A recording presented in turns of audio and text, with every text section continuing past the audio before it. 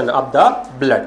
ठीक है, blood clotting की बात कर लेते हैं कि ब्लड क्लॉट कैसे होता है और क्यों होता है। ठीक है, चलिए बात ये है हमारे अंदर कि अगर हम देखें ब्लड क्लॉटिंग, आपने देखा होगा अगर लाइफ में कभी ना कभी तो घाव लगा ही होगा, चोट लगी होगी ना। जब भी चोट लग जाती है तो ब्लीडिंग होती है। मैं नहीं कह रहा हूँ कि ब्लीडिंग होती ही नहीं है, ब्लीडिंग होती है। अगर घाव लगा है, कटा है तो क्या होगा, ब्लीडिंग होगा। लेकिन ऐसा भी नहीं होता कि ब्लीडिंग जो है वो लगातार चल रही है, 2 4 5 दिन बह रहा है खून आपका लगातार, ऐसा तो नहीं होता ना कि लगातार 1 घंटा 2 घंटा 3 घंटा पता चला पूरा पूरा गाँव क्या हो गया आपके खून में पूरा डूब गया है, उसमें सब तैर रहे हैं, ऐसा तो नहीं है ना। हाँ, ब्लीडिंग होगी।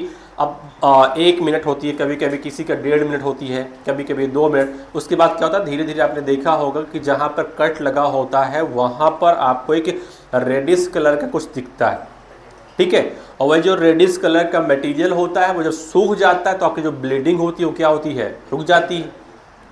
और कभी कभी आपने ये भी महसूस किया होगा, या जैसे आप में आपकी बॉडी में कहीं घाव लग जाता है और उस पर कहते हैं ना गाँव में पपड़ी जम गई है ना, अगर वो हो जाती है उसके बाद आपने उसका क्या किया, ब्लैक वाले पार्ट को फिर से हटा दिया। जैसे आप ब्लैक वाले पार्ट को फिर से हटाते हो फिर से ब्लीडिंग स्टार्ट हो जाती है, ये आपने देखा होगा। हाँ, तब फ्लो तेज नहीं होता है, हाँ स्लो होता है, क्योंकि वो कुछ दिन बीत चुका होता है, इसलिए फ्लो कैसा होता है, वो वहाँ पे टिश्यू अभी भी क्या है, कटे हुए हैं, वहाँ पर सेल अभी बनी नहीं है, रिपेयरिंग अभी नहीं हुई है, इसलिए ब्लीडिंग होती है, थोड़ा सा फ्लो क्या हो जाता है, कम हो जाता है। ठीक है, लेकिन बात ये है ऊपर वाले को भी पता था कि ये जो हम भेज रहे हैं दुनिया में इंसान, ये क्या है, कभी ना कभी चोट तो खाएगा ही, और कभी कभी खुद को ही चोट पहुँचाएगा। चोट खाएगा तभी कटेगा इसका, जब खुद को चोट पहुंचाएगा तब भी काटेगा, और जब काटेगा तो क्या होगा, ब्लीडिंग होगी। ठीक है, अब ज़्यादा ब्लीडिंग ना हो जाए, क्योंकि जज्बाती होता है तो कभी कभी ज़्यादा काट लेता है, ब्लीडिंग ज़्यादा ना हो उसके लिए नेचुरली एक प्रोसेस दी गई है जिसका नाम है क्या, कोआगुलेशन या क्लॉटिंग ऑफ द ब्लड। अब ये क्लॉट कैसे बनता है, होता क्या है, ये बहुत सारी चीज़ें यहाँ पर स्टार्टिंग में लिखी हुई हैं। मेन जहाँ पर आपका क्वेश्चन बनना है वो लास्ट में है। एनसीईआरटी ने इस टॉपिक को जस्ट उल्टा पढ़ाया है। उल्टा क्या है, वो आपको पढ़ाना इस हिसाब से चाहती है कि आप देखते कहाँ से हो। जैसे आप कोई भी घाव जब आपको लगता है तो आप बाहर से देखते हो ना कि बाहर से क्या हो रहा है, घाव लगा है, यहाँ पर रेड कलर का आपको कुछ दिख रहा है, अभी तक ब्लड बह रहा था कि अब ब्लड बहना बंद हो गया है। लेकिन जो प्रोसेस आपकी बॉडी के अंदर चल रही है वो प्रोसेस तो आपको दिखाई नहीं देती है। तो एनसीईआरटी ने आपको बाहर से अंदर ले जाने की कोशिश की है। तो पहले हम बाहर से अंदर जाएंगे, फिर अंदर से बाहर की तरफ आएंगे। ठीक है, तो एनसीईआरटी के अकॉर्डिंग चलते हैं। लिखा क्या है, छोटी बातें हैं, मैं पढ़ दे रहा हूँ, आज के बाद इसे कभी ना पढ़ना आप, मतलब ये जो लिखा हुआ है इसे आप ना पढ़ना, कभी ना पढ़ना। लिखा है you know that when you cut your finger, मतलब अपनी ही उंगली काटना, किसी दूसरे को नहीं काटना है। Or the hurt yourself, अगर आपको कहते हैं उसका, हाँ अपने आप को ही सब एक्सपेरिमेंट करना, किसी दूसरे के ऊपर नहीं करें। Your wound does not continue to bleed, जो आपका घाव होता है वो लगातार बहता नहीं है।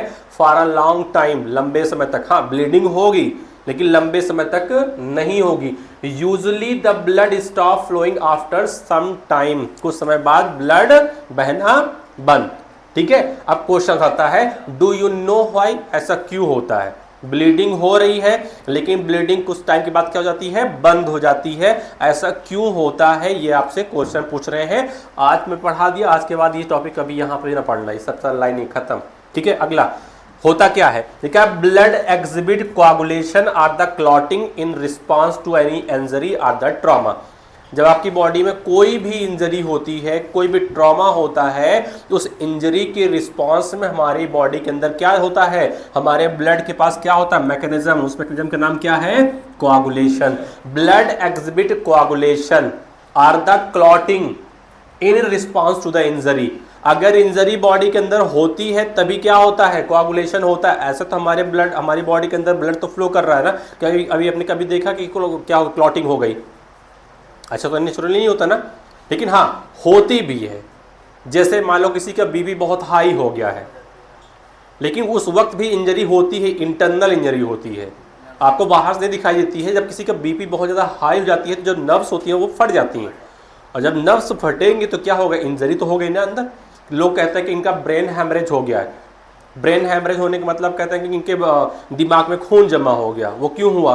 बीपी, कहते भैया कहते हैं ना क्या ये बीपी के मरीज थे? अगर कभी कभी बीपी बहुत ज़्यादा हाई ब्लड प्रेशर हो जाता है तो जो नर्व्स होती हैं पतली पतली वो क्या होती है, फट जाती हैं। जब फटेंगी तो ब्लड क्या होगा, लॉस होगा, और ब्लड जहाँ लॉस होगा वो क्या करेगा, क्लॉट करेगा।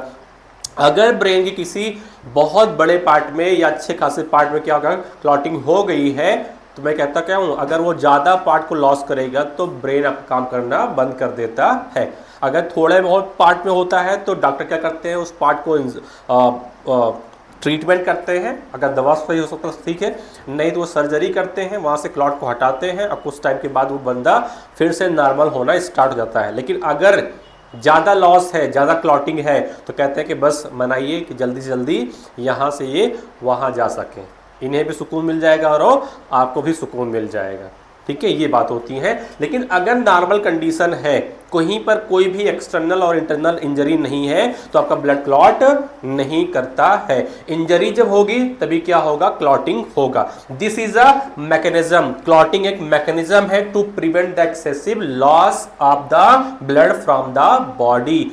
बॉडी से ब्लड ज़्यादा लॉस ना हो उसके लिए ऊपर वाले ने खुद ब खुद क्या बनाया है, एक मैकेनिज्म बनाकर आपको दिया है कि ज़्यादा से ज़्यादा ब्लड का लॉस ना होने पाए। अगर छोटा बहुत कट लगा हुआ है तो बस 1-2 मिनट के अंदर क्या होता है, वो ब्लीडिंग रुक जाती है। लेकिन अगर घाव ज़्यादा बड़ा है तो ब्लीडिंग टाइम भी होता है क्या, लंबा होता है। ठीक है, ये ऊपर वाले ने आपको खुद ब खुद दिया है कि ब्लड के पास वो मैकेनिज्म है, अगर ब्लड कहीं से लॉस हो रहा है तो उसे रोका जा सके। ठीक है, नेक्स्ट पढ़ते हैं आगे क्या लिखा हुआ है। Next, You would have observed a dark। अब यहीं से स्टार्ट करते हैं। हमने कहा था ना कि आपको जो क्लॉटिंग देखनी है वो बाहर से देखनी है। कह रहे हैं कि जब भी आप घाव की जगह पे या इंजरी की जगह पे आप देखोगे तो आपको एक रेडिश डार्क कलर का कुछ दिखता है, रेडिश ब्राउन स्कम दिखता है, आपको बाहर से दिखता होगा ना। कहते हैं लोग थक्का बन गया है, क्लॉटिंग हो गई है ना। वो रेड किस कलर का होता है, वो डार्क रेडिश ब्राउन कलर का होता है। कहां बनता है, formed at the site of the cut, जहां पे कट लगा होता है या जहां पर इंजरी होता है वहीं पर वो चीजें क्या होती हैं, बनती हैं over a period of the time, यानी कुछ टाइम के बाद। ऐसा भी नहीं है कि जैसे कट लगता है तुरंत आपको रेडिश ब्राउन कलर का दिखने लगेगा, नहीं, पहले तो ब्लीडिंग होगी कुछ टाइम तक, ब्लीडिंग होने के बाद ही आपको कुछ टाइम के बाद, कुछ टाइम मतलब कितना time, 1 minute, 1.5 minute, 2 minute, 3 minute के बाद आपको ये बनना स्टार्ट हो जाता है। अब क्वेश्चन आता है, जो आपको दिख रहा है रेडिश ब्राउन कलर का वो है क्या? तो कह रहे हैं वो होता क्या है, इट इज द क्लॉट। क्या होता है वो, क्लॉट, इट इज क्लॉट। या क्लॉट का दूसरा नाम क्या होता है, कोआगुलम। क्या नाम होता है, कोआगुलम। ठीक है, तो जो आपको रेडिश ब्राउन का कलर दिखता है वो होता क्या है, क्लॉट होता है, या उस क्लॉट का नाम क्या है, कोआगुलम। अब बात आती है, अगर ये क्लॉट है या कोआगुलम है तो ये बना कैसे?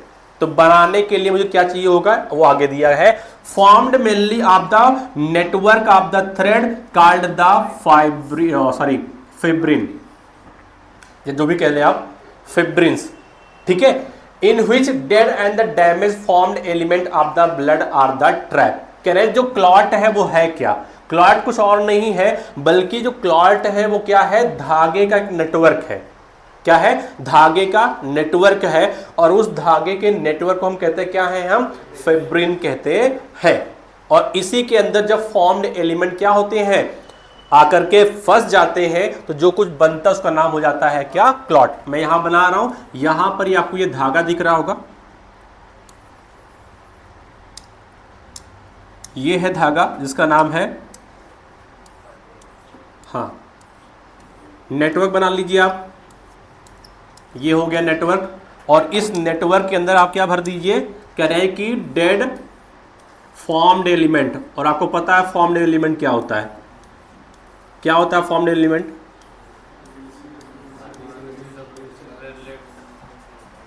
आरबीसी हो गई, डब्ल्यूबीसी हो गई, प्लेटलेट्स हैं, इन सबको अगर आप मिला दोगे तो क्या बनता है, फॉर्म्ड एलिमेंट। अब ऐसे मान लीजिए, मैं एक सिंपल से एग्जांपल दे रहा हूं, आपने सबने देखा होगा।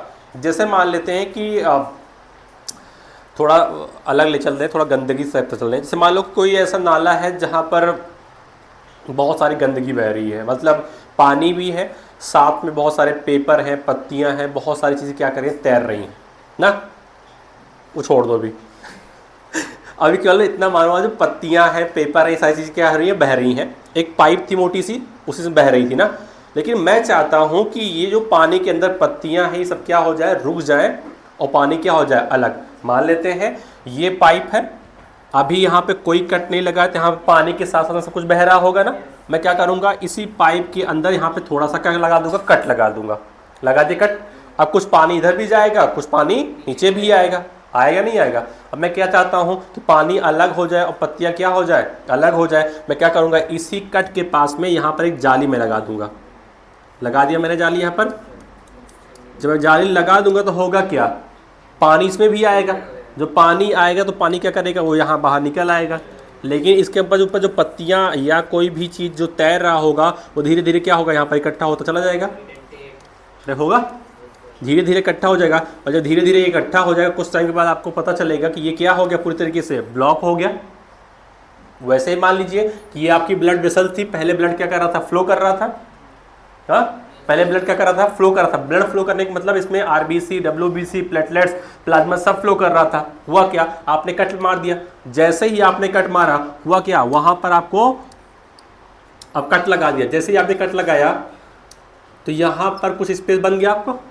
अरे बोलो, अब अगर यहाँ पे कट आपने मारा है तो कुछ ब्लड अभी भी क्या कर रहा होगा, बाहर जा रहा। ऐसा तो होता नहीं कि जहां से आपको कट लगता है उसके बाद आपकी पूरी बॉडी में ब्लड बहना ही बंद हो जाता है। ऐसा तो नहीं होता ना, अभी भी क्या कर रहा है, पूरी बॉडी में ब्लड बह रहा है, लेकिन कुछ ब्लड कहाँ जा रहा है, यहाँ पर आ रहा है। अब होगा क्या, इंटरनल मैकेनिज्म स्टार्ट हो जाएगी। ये जो थ्रेड है, ये थ्रेड क्या करेगा, बनना स्टार्ट हो जाएगा। और ये जब थ्रेड यहाँ पे बन जाएगा, एक जाली बन गई यहाँ पर। अरे बोलो, और इस जाली में क्या फंस गया करके, यही जो बह रहे थे यहाँ पर आरबीसी, डब्ल्यूबीसी, डैमेज वाले पार्ट आके फंस जाएंगे। फंसने के बाद क्या होगा, आपको यहाँ पर एक रेडिश ब्राउन कलर का कुछ दिखेगा। जो दिखेगा उसी का नाम क्या होता है, क्लॉट, या इसे कहते हैं क्या है, हम स्कम कहते हैं, सॉरी कोआगुलम कहते हैं।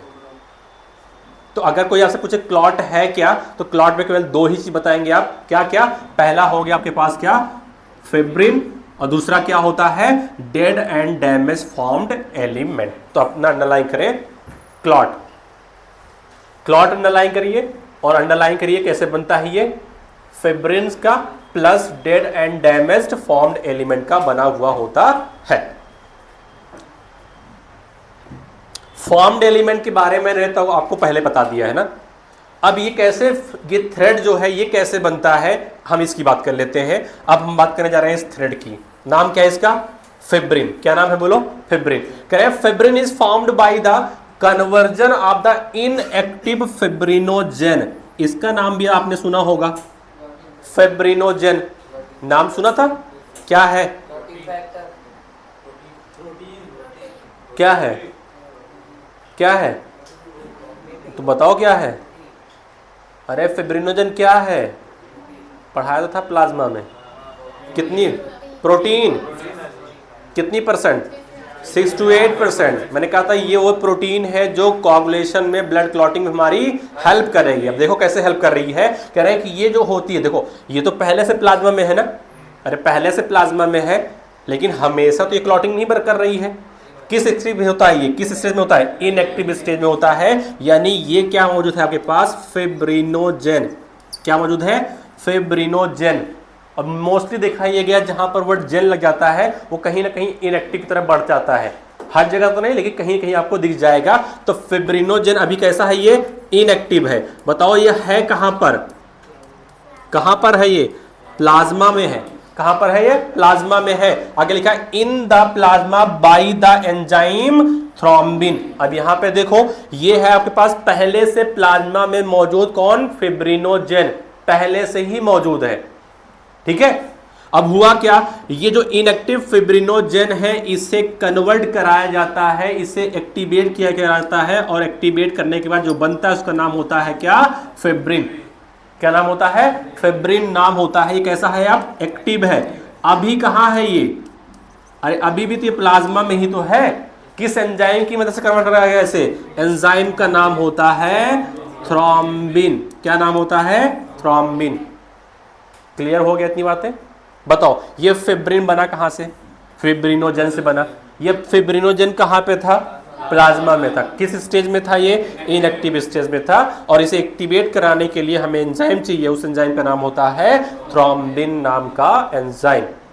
अब इस थ्रोम्बिन एंजाइम को भी कोई बनाएगा, वो आगे बढ़ते हैं कि थ्रोम्बिन एंजाइम कैसे बनता है। लिखा है thrombin in turn are form by the another inactive substances present in the plasma called the prothrombin. अब मैंने आपसे कहा था कि यहां पे देखो, ये आपके पास क्या लिखा है? प्रोथ्रोम्बिन। क्या है ये? प्रोथ्रोम्बिन है। बताओ कहां पर है ये? कहां पर है? किस फॉर्म में है ये? इनएक्टिव फॉर्म में है। बात है क्लियर? बोलो। आगे लिखा है एन एंजाइम कॉम्प्लेक्स, इसका नाम होता है thrombokinase is required for the above conversion. मतलब प्रोथ्रोम्बिन को थ्रोम्बिन में कन्वर्ट कराना है। किसमें? और इसके लिए कौन सा एंजाइम चाहिए आपको? थ्रोम्बोकाइनेज। कौन सा एंजाइम चाहिए? थ्रोम्बोकाइनेज नाम का एंजाइम चाहिए। तो क्या बन जाएगा? थ्रोम्बिन। बात क्लियर? और इसी प्लाज्मा के अंदर एक और इनएक्टिव क्या था? इनएक्टिव प्रोटीन था जिसका नाम क्या था? फिब्रिनोजेन। उसी प्लाज्मा के अंदर। और इसे कन्वर्ट कराया जाएगा किसकी मदद से? थ्रोम्बिन की मदद से। क्या बन जाएगा? फिब्रिन बन जाएगा। बात क्लियर है? और ये क्या होता है आपका? एक्टिव फॉर्म होता है। क्लियर हो गई इतनी बातें? आगे बढ़ लेते हैं। दिस कॉम्प्लेक्स, अब बात आती है कि ये जो कॉम्प्लेक्स है एंजाइम कॉम्प्लेक्स, ये कैसे बना? करें इसको बनाने के लिए एक बहुत कॉम्प्लेक्स प्रोसेस चलती है बॉडी के अंदर जिसका नाम होता है कास्केड प्रोसेस। वो आपके इसमें है ही नहीं, ठीक है, बस नाम दे दिया गया है। This complex is formed by a series of the link enzyme reaction, नाम होता है cascade process involving a number of the factor present in the plasma in an inactive stage. तो पूरी बात समझो आप। हुआ क्या, मैं आपको दे दूं। मैंने कहा जहां पर भी आपको घाव लगता है, जहां पर भी कट होता है, वो होता क्या? देखो, कोई दिक्कत? हुआ क्या? जहां पर आप कट लगा तो जो आपको दिखता है वो क्या दिखता है? आपको रेडिश ब्राउन कलर का एक स्कम दिखता है, जिसे आपने क्या नाम दिया? क्लॉट नाम दिया। अब कह रहे हैं क्लॉट को बनाना है तो आपको क्या चाहिए? आप मुझे चाहिए क्या? फिब्रिन। और क्या चाहिए? डेड और डैमेज फॉर्म्ड एलिमेंट चाहिए। दोनों को मैंने जोड़ दिया, जो बना उसका नाम क्या होगा? क्लॉट। अब बात आती है, मेरे पास तो डेड और डैमेज तो फॉर्म्ड एलिमेंट होंगे, लेकिन फिब्रिन कहां से बनेगा? तो फिब्रिन को बनाने के लिए प्लाज्मा में पहले से मौजूद क्या होता है? फिब्रिनोजेन।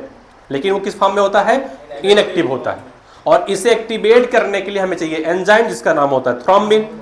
और थ्रोम्बिन पहले से मौजूद नहीं होता है, उसे बनाना पड़ता है। और बनाने के लिए हमें क्या चाहिए? तो प्रोथ्रोम्बिन चाहिए। और प्रोथ्रोम्बिन किस स्टेज में होता है? इनएक्टिव स्टेज में होता है। बात है क्लियर?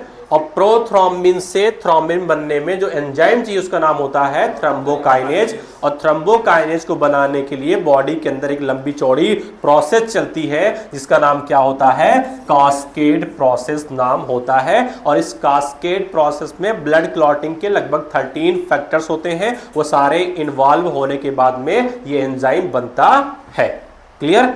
अब पूरा कोआगुलेशन प्रोसेस केवल इतना आपको याद रखना है बस। यही क्या है जहां सबसे क्वेश्चन पूछा जाता है, पूरा का पूरा कोआगुलेशन। आप यहां मैंने कहा था पहले कहां चलेंगे आप? बाहर से अंदर की तरफ। अब कहां से आएंगे हम? अंदर से बाहर की तरफ। हुआ क्या? हुआ ये कि जहां पर भी चोट लगती है, जहां पर भी आपको चोट लगती है, वहां का जो टिश्यू होता है वो कोआगुलेशन की प्रोसेस को एक्टिवेट करता है। इसके साथ साथ में जहां पर चोट लगती है वहां पर ब्लड भी तो होगा, और ब्लड के अंदर क्या होगा? प्लेटलेट्स भी होगा। वो प्लेटलेट्स भी क्या करती है? कोआगुलेशन की प्रोसेस को एक्टिवेट करती है। और जब क्लॉटिंग की प्रोसेस एक्टिवेट हो जाएगी तो क्या चलेगा? Cascade process. और इस प्रोसेस के दौरान कौन सा एंजाइम बनेगा? थ्रोम्बोकाइनेज। क्लियर? ये जो थ्रोम्बोकाइनेज एंजाइम होगा ये प्लाज्मा में मौजूद इनएक्टिव कंडीशन में जो प्रोथ्रोम्बिन होगा उसे थ्रोम्बिन में कन्वर्ट करेगा। क्लियर? फिर जो थ्रोम्बिन होता है ये प्लाज्मा में मौजूद इनएक्टिव कंडीशन में जो फिब्रिनोजेन होता है, ये थ्रोम्बिन फिब्रिनोजेन को फिब्रिन में कन्वर्ट करेगा। Fibrin plus dead cell, dead formed element मिलकर क्या बना देंगे? क्लॉट बना देंगे। और कुछ टाइम के बाद ब्लीडिंग क्या हो जाएगी? रुक जाएगी। तो जहां ये टॉपिक है उसी की साइड में आप ये वाला पार्ट बना लीजिए। और जब भी आप पढ़िएगा बस इसी को पढ़िएगा, क्वेश्चन जब भी बनेगा वही कन्वर्जन पूछते हैं कि किसमें कौन कन्वर्ट कराता है और किसकी मदद से कराता है। इसे आप लिख लीजिए। अगर ये आपको याद रहेगा तो सारा क्वेश्चन आपका हो जाने वाला है। मैंने आपसे एक बात कही थी, मैंने कहा कि जहां पर भी आपको इंजरी होती है वहां का टिश्यू जो होता है वो क्या करता है, आपकी बॉडी के अंदर क्लॉटिंग प्रोसेस को एक्टिवेट करता है। ये तो हो गया टिश्यू की बात। लेकिन जहां पर इंजरी होती है उसके नीचे ब्लड वेसल्स भी होती हैं, वहां पर ब्लड भी फ्लो कर रहा होता है और उस ब्लड के अंदर प्लेटलेट्स भी तो होती है। वो प्लेटलेट्स क्या करती है, वो भी आपकी क्लॉटिंग प्रोसेस को एक्टिवेट करती है। इसलिए जब आपने पढ़ा था प्लेटलेट्स तो मैंने कहा था प्लेटलेट्स का होना जरूरी है, क्योंकि प्लेटलेट्स जो होते हैं वो क्लॉटिंग में आपकी मदद करती है। और आपने वहीं पे पढ़ा था अगर प्लेटलेट्स की कमी हो जाएगी तो क्या हो जाएगा, क्लॉटिंग डिसऑर्डर हो जाएगा। मतलब क्लॉट बॉडी के अंदर यानी क्लॉटिंग नहीं होगी तो बॉडी से एक्सेसिव ब्लड का लॉस होगा। लिख लिया आपने?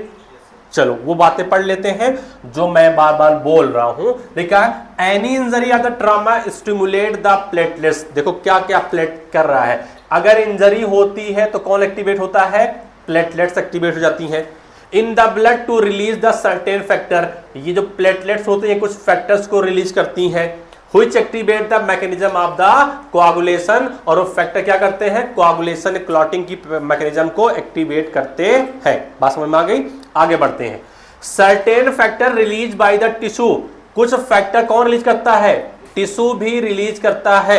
और जो फैक्टर्स होगा वो फिर क्या करेगा, कोआगुलेशन की प्रोसेस को इनिशिएट कराएगा। यानी कि कोआगुलेशन की क्लॉटिंग की जो प्रोसेस होती है उसे इनिशिएट कराने में दो लोग इन्वॉल्व होते हैं। एक तो जहां पर इंजरी होगी वहां का जो टिश्यू होगा वो क्या करेगा, टिश्यू से कुछ फैक्टर्स रिलीज होंगे। अरे बोलो भाई, होगा टिश्यू से क्या होगा, कुछ फैक्टर्स रिलीज होगा और वो फैक्टर क्या करेगा, कोआगुलेशन की प्रोसेस को एक्टिवेट कराएगा। साथ साथ में जहां पर इंजरी होगी वहां पर पास में क्या होगा, प्लेटलेट्स। प्लेटलेट्स कुछ क्या करेंगे, फैक्टर्स रिलीज करेगा और वो जो फैक्टर्स होते हैं वो भी कोआगुलेशन की प्रोसेस को एक्टिवेट करते हैं। अगर देखा जाए तो एक ऐसा है जो बाहर से एक्टिवेट कर रहा है यानी एक्सटर्नल फैक्टर है, और एक ऐसा है जो अंदर से एक्टिवेट कर रहा है, इसे कहते हैं क्या है हम, इंटरनल फैक्टर। तो ब्लड क्लॉटिंग के वक्त आपके पास दो फैक्टर काम करते हैं। एक तो एक्सटर्नल फैक्टर जो कहां पर है, आपके पास टिश्यू लेवल पर है, और दूसरा कौन सा है, इंटरनल है जो कहां पर है, प्लेटलेट्स लेवल पर। दोनों से क्या रिलीज होंगे, फैक्टर्स। और वो फैक्टर किसको बनाते हैं, कोआगुलेशन की प्रोसेस को एक्टिवेट करेंगे। कास्केड प्रोसेस चलेगा और जैसे ही कास्केड प्रोसेस चलेगी सबसे पहला जो एंजाइम बनेगा उसका नाम क्या हो जाएगा, थ्रोम्बोकाइनेज। क्या होगा, थ्रोम्बोकाइनेज। और जो थ्रोम्बोकाइनेज होगा वो प्रोथ्रोम्बिन को थ्रोम्बिन में कन्वर्ट करेगा। थ्रोम्बिन जो होगा वो फिब्रिनोजन को फिब्रिन में कन्वर्ट करेगा। Fibrin plus dead formed element मिलकर क्या बना देंगे, क्लॉट बना देते हैं। क्लियर इतनी बातें? यहां बताइए ये कि जो प्रोथ्रोम्बिन है ये कहां पर है, प्लाज्मा में है। किस कंडीशन में है ये, इनएक्टिव कंडीशन में है। फिब्रिन कहां पर है, कहां पर है, प्लाज्मा में है। किस कंडीशन में है, इनएक्टिव कंडीशन में है। बात है क्लियर? बताओ ये कहां है, ये भी प्लाज्मा में है। किस कंडीशन में है ये, एक्टिव कंडीशन में है। ये भी प्लाज्मा में है। किस कंडीशन में है ये, एक्टिव कंडीशन में है। इतनी बात हो गई क्लियर? बस हो गया, कोआगुलेशन खत्म, यानी क्लॉटिंग क्या हो गई, खत्म। क्लियर हो गया? आगे बढ़ते हैं नेक्स्ट टॉपिक की तरफ कि कोआगुलेशन में कौन सा आयन काम करता है, जहां से नीट का क्वेश्चन है। बताओ कौन सा आयन है जो कोआगुलेशन में इंपॉर्टेंट रोल प्ले करता है, कैल्शियम। इस अंडरलाइन कर लीजिए अपनी स्टडी में, calcium ion play a very important role in the clotting. साथ साथ में विटामिन का भी नाम आता है और उस विटामिन का नाम क्या है, एडिशनल पॉइंट है, लिख लीजिए आप, विटामिन के।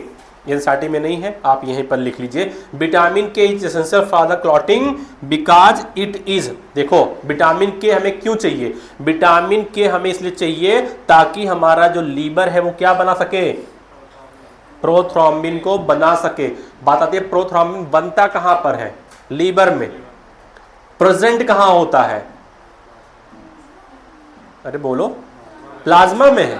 किस कंडीशन में, इनएक्टिव कंडीशन में। तो प्रोथ्रोम्बिन बना कौन रहा है, लीवर बना रहा है, लेकिन ये तब सही से बन पाएगा जब कौन सी विटामिन अवेलेबल होगी, विटामिन के। तो इसे आप लिख लीजिए पूरा पॉइंट को, इस पॉइंट को, विटामिन के is essential for the clotting because it is necessary for the formation of the prothrombin. Prothrombin को बनाने के लिए जरूरी होता है विटामिन के।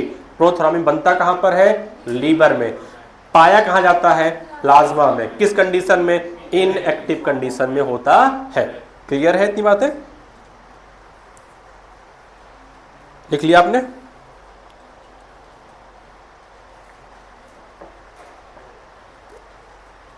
कुछ पूछना है, पूछना है कुछ? चलिए आगे आते हैं। Next topic is lymph. Next जो टॉपिक उसका नाम क्या है, लिम्फ, या आगे लिखा हुआ है टिश्यू फ्लूइड। आपको अगर चैप्टर की स्टार्टिंग याद होगी तो मैंने कहा था कि चैप्टर का नाम क्या है, body fluid and their circulation. मैंने कहा था बॉडी में आपके दो टाइप के फ्लूइड होते हैं, मेनली जो सबसे ज़्यादा काम करने वाला है, जो ज़्यादातर पार्ट होता है, उसका नाम होता है ब्लड। इसके अलावा भी एक और फ्लूइड है जिसका नाम क्या होता है, लिम्फ होता है। तो ब्लड वाला पार्ट क्या हो गया, पूरे तरीके से खत्म। ब्लड वाले टॉपिक में क्या क्या पढ़ लिया कि ब्लड में क्या क्या होता है, यानी ब्लड के कितने पार्ट होते हैं। आपने कहा ब्लड में दो पार्ट होता है, पहला प्लाज्मा, दूसरा फॉर्म्ड एलिमेंट होता है। इतना पढ़ लिया था। फिर आपने फॉर्म्ड एलिमेंट में कौन कौन होता है ये पढ़ लिया। फिर आपने ये पढ़ा कि प्लाज्मा में क्या क्या होता है, ये सारी चीज़ें पढ़ ली। क्या फंक्शन होता है ये पढ़ लिया। उससे ब्लड से रिलेटेड जो था वो भी आपने पढ़ लिया, जैसे कि ब्लड के अंदर एक प्रोसेस चलती है जिसका नाम था ब्लड क्लॉटिंग, वो भी आपने पढ़ लिया। अब हम दूसरे फ्लूइड की तरफ बढ़ रहे हैं जिसका नाम क्या होता है, लिम्फ होता है। तो मैं लिम्फ की सारे जो ये थ्योरी लिखी है मैं इसे पढ़ाऊं, पहले उससे आप एक फिगर देखिए और इस फिगर को समझने की कोशिश करेंगे, तभी आपको बातें समझ में आने वाली है। ठीक है, चलिए थोड़ा सा डल है लेकिन आपको समझ में आ जाएगा। फिगर उतना अच्छा नहीं है लेकिन हाँ समझ में आएगा आपको बराबर। कोशिश करते हैं कुछ समझाने की। चले देखिए यहाँ पे ध्यान दें। यहाँ पे लिखा हुआ अगर आप देखेंगे तो यहाँ पर आपको एक पाइप दिख रही होगी जिसका नाम क्या है, आर्टरी या आर्टरियोल्स। ठीक है, दूसरी जो पाइप बनी हुई है इसका नाम क्या है, ये वेन्स है या उसके पार्ट हो जाएंगे। अगर आप देखोगे तो एक साइड से क्या आ रही है, आर्टरी, और दूसरी साइड क्या बना हुआ है, वेन्स बना हुआ है। अगर आप यहाँ पे देखें इस आर्टरी और वेन के बीच में कुछ आपको जाल जैसा, नेटवर्क जैसा स्ट्रक्चर दिख रहा होगा। ये जो नेटवर्क जैसा आपको स्ट्रक्चर दिख रहा है इसका नाम होता है क्या, कैपिलरी। क्या होता है, कैपिलरी। आर्टरी में आपको पता है कि आर्टरी जो होती है उसके अंदर ब्लड जो फ्लो करता है उसका नाम होता है ऑक्सीजनेटेड ब्लड, यानी ऐसा ब्लड जिसके अंदर क्या होता है, ऑक्सीजन होता है, जिसके अंदर न्यूट्रिएंट्स होते हैं या इंपॉर्टेंट सब्सटेंसेस होते हैं। जो वेन होता है उसके अंदर आपको पता है कि जो ब्लड फ्लो करता है उसका नाम होता है क्या, डीऑक्सीजनेटेड ब्लड। ये मतलब लाने वाली एक पाइप है जिसमें से आपको ऑक्सीजन मिलने वाली है, न्यूट्रिशन मिलने वाला है, और दूसरी पाइप एक ऐसी है जिसमें से आपको वेस्ट लेके जाना है, से कार्बन डाइऑक्साइड जा रही है, या बॉडी के अंदर जो दूसरे नाइट्रोजनस वेस्ट बनते हैं उसे भी ले जाने के लिए होता है। लेकिन ये आर्टरी और वेन जहां पे मिलती हैं वहां पर इन दोनों से पतली पाइप बनती है जिसका नाम क्या होता है, कैपिलरीज। क्या होता है, कैपिलरीज। अब यहाँ पे देखोगे अगर आप तो यहाँ पर क्या क्या दिखाया गया मैं बता रहा हूं आपको। यहाँ पे बहुत गौर से देखो, आपको यहाँ पर कुछ इससे पिंक कलर दिख रहा होगा, दिख रहा है। ये जो पिंक कलर को आपको दिख रहा है इसे माना गया कि क्या है, टिश्यू है। क्या है, ये टिश्यू है। और अगर कोई टिश्यू होगा तो उस टिश्यू के अंदर बहुत सारी क्या होंगी, सेल्स होंगी। होंगी या नहीं होगी? जैसे मैं यहाँ पे बना दूं, अगर मान लेते हैं, चल जाएगा, हाँ, ये मान लो कि ये क्या है, टिश्यू है, और इस टिश्यू के अंदर यहाँ पे बहुत सारी क्या है आपको दिख रही है, ये छोटी छोटी सेल दिख रही है।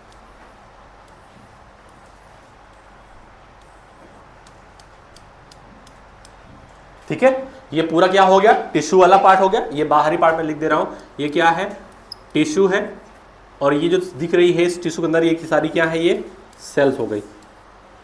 बात है क्लियर? अरे बोलो, ठीक है। अब हो क्या रहा है, यहां मैं समझाने की कोशिश कर रहा हूं इस पाइप को। यहां पर एक रेड कलर की पाइप आ रही है जिसे मैं आर्टरी बोल सकता हूं, इसमें ऑक्सीजनेटेड ब्लड आएगा। ठीक है, यहां से ब्लड ले जाने वाली जो पाइप होगी वो वेन्स होंगी। होता क्या है, अब यहां से ब्लड आपको यहां पे लेके जाना होता है, तो बीच में जो सेल होती हैं इन्हें भी तो क्या चाहिए, ऑक्सीजन चाहिए होता है, इन्हें तो न्यूट्रिशन चाहिए होता है ना। तो डायरेक्टली आर्टरी से नहीं मांगती हैं, कहती है आप ऐसे हमें सप्लाई दे दीजिए जो थोड़ा सा क्या हो, पतली हो और हमें डिफ्यूजन करने में क्या मिल जाए, आसानी मिल जाए।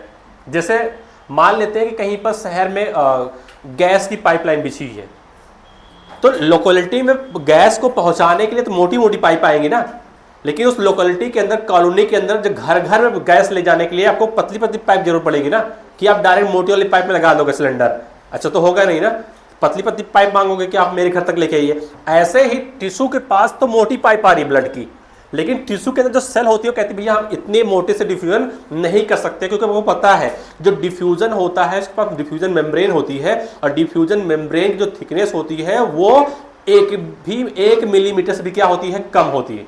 अगर आप मोटी पाइप पर चले जाओगे तो डिफ्यूजन उतना फास्ट नहीं होगा। इसलिए इन्होंने क्या कहा कि यहां से मुझे एक पाइप दीजिए, तो इन्होंने कहा ठीक है भाई आप पाइप ले लीजिए। इन्होंने क्या किया, अपनी ब्रांचिंग दे दी, यहां से ब्रांच निकलती है, यहां से जो ब्रांच निकल रही है इस ब्रांच का नाम होता है क्या, कैपिलरीज। क्या नाम होता है, कैपिलरीज। ये ब्रांच का नाम क्या है, कैपिलरीज। ठीक है, अब बताओ यहां पे ध्यान दो, अगर यहां से कोई ब्लड फ्लो कर रहा है ऑक्सीजनेटेड, ये जा रहा है, तो क्या ये ब्लड इसमें भी जाएगा, जाएगा ना। अगर जाएगा, अगर यहां पर ऑक्सीजन है, यहां पर न्यूट्रिशन है, तो इस पाइप में भी तो क्या जाएगा, ऑक्सीजन जाएगा और न्यूट्रिशन जाएगा। अगर किसी सेल को ऑक्सीजन या न्यूट्रिशन की जरूरत है तो किससे मांगेगी, वो इससे मांगेगी या पतली वाली पाइप से मांगेगी, पतली वाली पाइप से मांगेगी। तो करता क्या है, अगर ऑक्सीजन की रिक्वायरमेंट होती है तो यहां से आसानी से क्या होता है, ऑक्सीजन डिफ्यूज होकर के यहां पहुंच जाएगा। अगर न्यूट्रिशन की जरूरत है तो न्यूट्रिशन भी पहुंच जाता है। बात है क्लियर, अरे बोलो। बात आती है कि जब ये मोटी सी जो पाइप होती है, यहाँ जो ब्लड फ्लो कर रहा होता है, ये पूरा का पूरा ब्लड नहीं जाता, बल्कि ये ब्लड में जो मौजूद होता है क्या, पानी, वाटर, प्लाज्मा के अंदर होता है ना। अरे प्लाज्मा में पानी होता है कितना परसेंट, पानी प्लस पानी में सॉल्युबल सब्सटेंसेस जो होते हैं वो सबसे पहले इस कैपिलरी से निकल करके इस स्पेस में आते हैं। यहां पे जो आपको सेल के बीच में क्या दिख रहा है, स्पेस, इस स्पेस में आते हैं। इस स्पेस का नाम होता है इंटरस्टिशियल स्पेस। क्या नाम होता है, ब्लड से निकलने के बाद में जो फ्लूइड यहां पर इकट्ठा हो जाता है इस स्पेस में, दो सेल के बीच में जो स्पेस होता है, यहां पे जो फ्लूइड इकट्ठा होता है, इस फ्लूइड का नाम होता है लिम्फ। क्या नाम होता है, लिम्फ। बात है क्लियर। अगर ऑक्सीजन चाहिए या कोई भी न्यूट्रिशन चाहिए किसी सेल को, तो ये लिम्फ से क्या करता है, इसे एब्जॉर्ब कर लेता है। ये लिम्फ कहां से आया, कैपिलरी से आया। कैपिलरी कहां से बनी, आर्टरी से बनी। बात है क्लियर, अरे बोलो। फिर बात आती है कि इसी आर्टरी से यहां पे अगर देखेंगे जो कैपिलरी है, इस कैपिलरी से फिर इस वेन को जोड़ने के लिए फिर से पाइपें जाती हैं। ये हो गया आपका पूरा का पूरा कनेक्शन। ठीक है, यहां पे जो गुच्छा बनकर दिख रहा है आपको, क्या दिख रहा है, ये कैपिलरी का गुच्छा। इसके अलावा यहां पर देखोगे ये जो लिम्फ होगा, क्या हमेशा ऐसे पड़ा रहेगा, नहीं ना। इस लिम्फ को भी इकट्ठा किया जाता है, और लिम्फ को इकट्ठा करने के लिए यहाँ पर एक दूसरी पाइपलाइन बिछाई जाती है। लिम्फ को इकट्ठा करने के लिए जो पाइपलाइन होती है उसका नाम होता है लिम्फेटिक वेसल। क्या नाम होता है, और ये लिम्फेटिक वेसल को ला करके फिर से कहाँ जोड़ दिया जाता है, बड़े बड़े वेन्स के अंदर जोड़ दिया जाता है। अब लिम्फेटिक वेसल्स के अंदर जब फ्लूइड आ जाता है, तो अब इस फ्लूइड को हम कहते हैं क्या है, सॉरी गलती हुई थी, सेल के बीच में जो फ्लूइड आता है इसका नाम होता है टिश्यू फ्लूइड। क्या कहते हैं इसे हम, टिश्यू फ्लूइड कहते हैं। और ये टिश्यू फ्लूइड दोबारा से कहा जाता है लिम्फेटिक वेसल्स के अंदर आ जाता है, तब इसका नाम क्या हो जाता है, लिम्फ। क्लियर। अब इस फिगर को आप गौर से देखें तो मैंने यहाँ पे दिखाया क्या है, यहाँ पर एक टिश्यू दिख रहा है, इस टिश्यू के अंदर क्या दिख रही है आपको, छोटी छोटी सेल्स दिख रही हैं। ठीक है, इस सेल्स के बीच में क्या है, देखो स्पेस। अब मैंने थोड़ा जूम कर दिया है, ये एक सेल दिख रही होगी, दूसरी सेल, तीसरी सेल, और इस सेल के बीच में देखो स्पेस दिख रहा है ना। इस स्पेस का नाम क्या है, इस स्पेस का नाम है इंटरस्टिशियल स्पेस। क्या नाम है, और इसके अंदर जो फ्लूइड भरा हुआ है उसका नाम होता है टिश्यू फ्लूइड या इंटरस्टिशियल फ्लूइड। यहाँ पे क्या लिखा है, इंटरस्टिशियल फ्लूइड, या मैं यहाँ पे लिख दूं क्या, ये टिश्यू फ्लूइड। बात है कि क्लियर? अरे बोलो, क्लियर है ना? इसको बनाने के लिए यानी कि लिम्फ को टिश्यू फ्लूइड को बनाने के लिए ब्लड कहां से लाओगे आप? आर्टरी से। आर्टरी से पतली पाइप निकलती है, इसका नाम क्या होता है? पूरा कैपिलरी। और कैपिलरी से ब्लड में मौजूद वाटर सॉल्युबल सब्सटेंसेस जो होते हैं वो कैपिलरी से निकल करके इन दो सेल के बीच जो स्पेस होता है उसमें आकर भर जाता है। बात है क्लियर? अरे बोलो। ब्लड के अंदर जो आरबीसी है यानी फॉर्म्ड एलिमेंट है वो कहां रह जाती है? पाइप के अंदर। यह जो प्रोटीन होती है वो भी कहां होती है? पाइप के अंदर ही होती है, वो लोग बाहर नहीं निकलते हैं। क्लियर है इतनी बात है? बस इसी चीज को क्या करना है, हमें समझ लेना है जो लिखा हुआ है वहां पर। अब आगे बढ़ते हैं नेक्स्ट।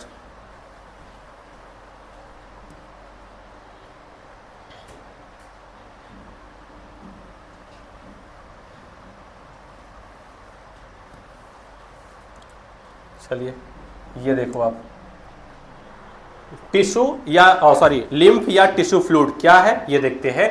लिखा as the blood pass through the capillaries, blood कहां से गुजर रहा है? कैपिलरी से गुजर रहा है। इन द टिश्यू, टिश्यू जहां पर होगा वहां पर क्या बन जाएगी? Capillary. Some water along with, पूरा पानी नहीं निकल रहा है, प्लाज्मा से सारा पानी नहीं आ रहा है, कह रहे हैं कुछ water. Some waters along with water soluble substances, some water along with many small water soluble substances move out into the space between the cell of the tissue। Tissue में जो सेल थी, सेल के बीच जो space था उसमें कौन कौन आ गया? वाटर आ गया, प्लस वाटर के साथ साथ में जो भी क्या थे? वाटर सॉल्युबल सब्सटेंसेस थे, वो कैपिलरी से निकल के कहां गए हैं? बाहर आ गए हैं। क्या क्या छूट गया कैपिलरी के अंदर?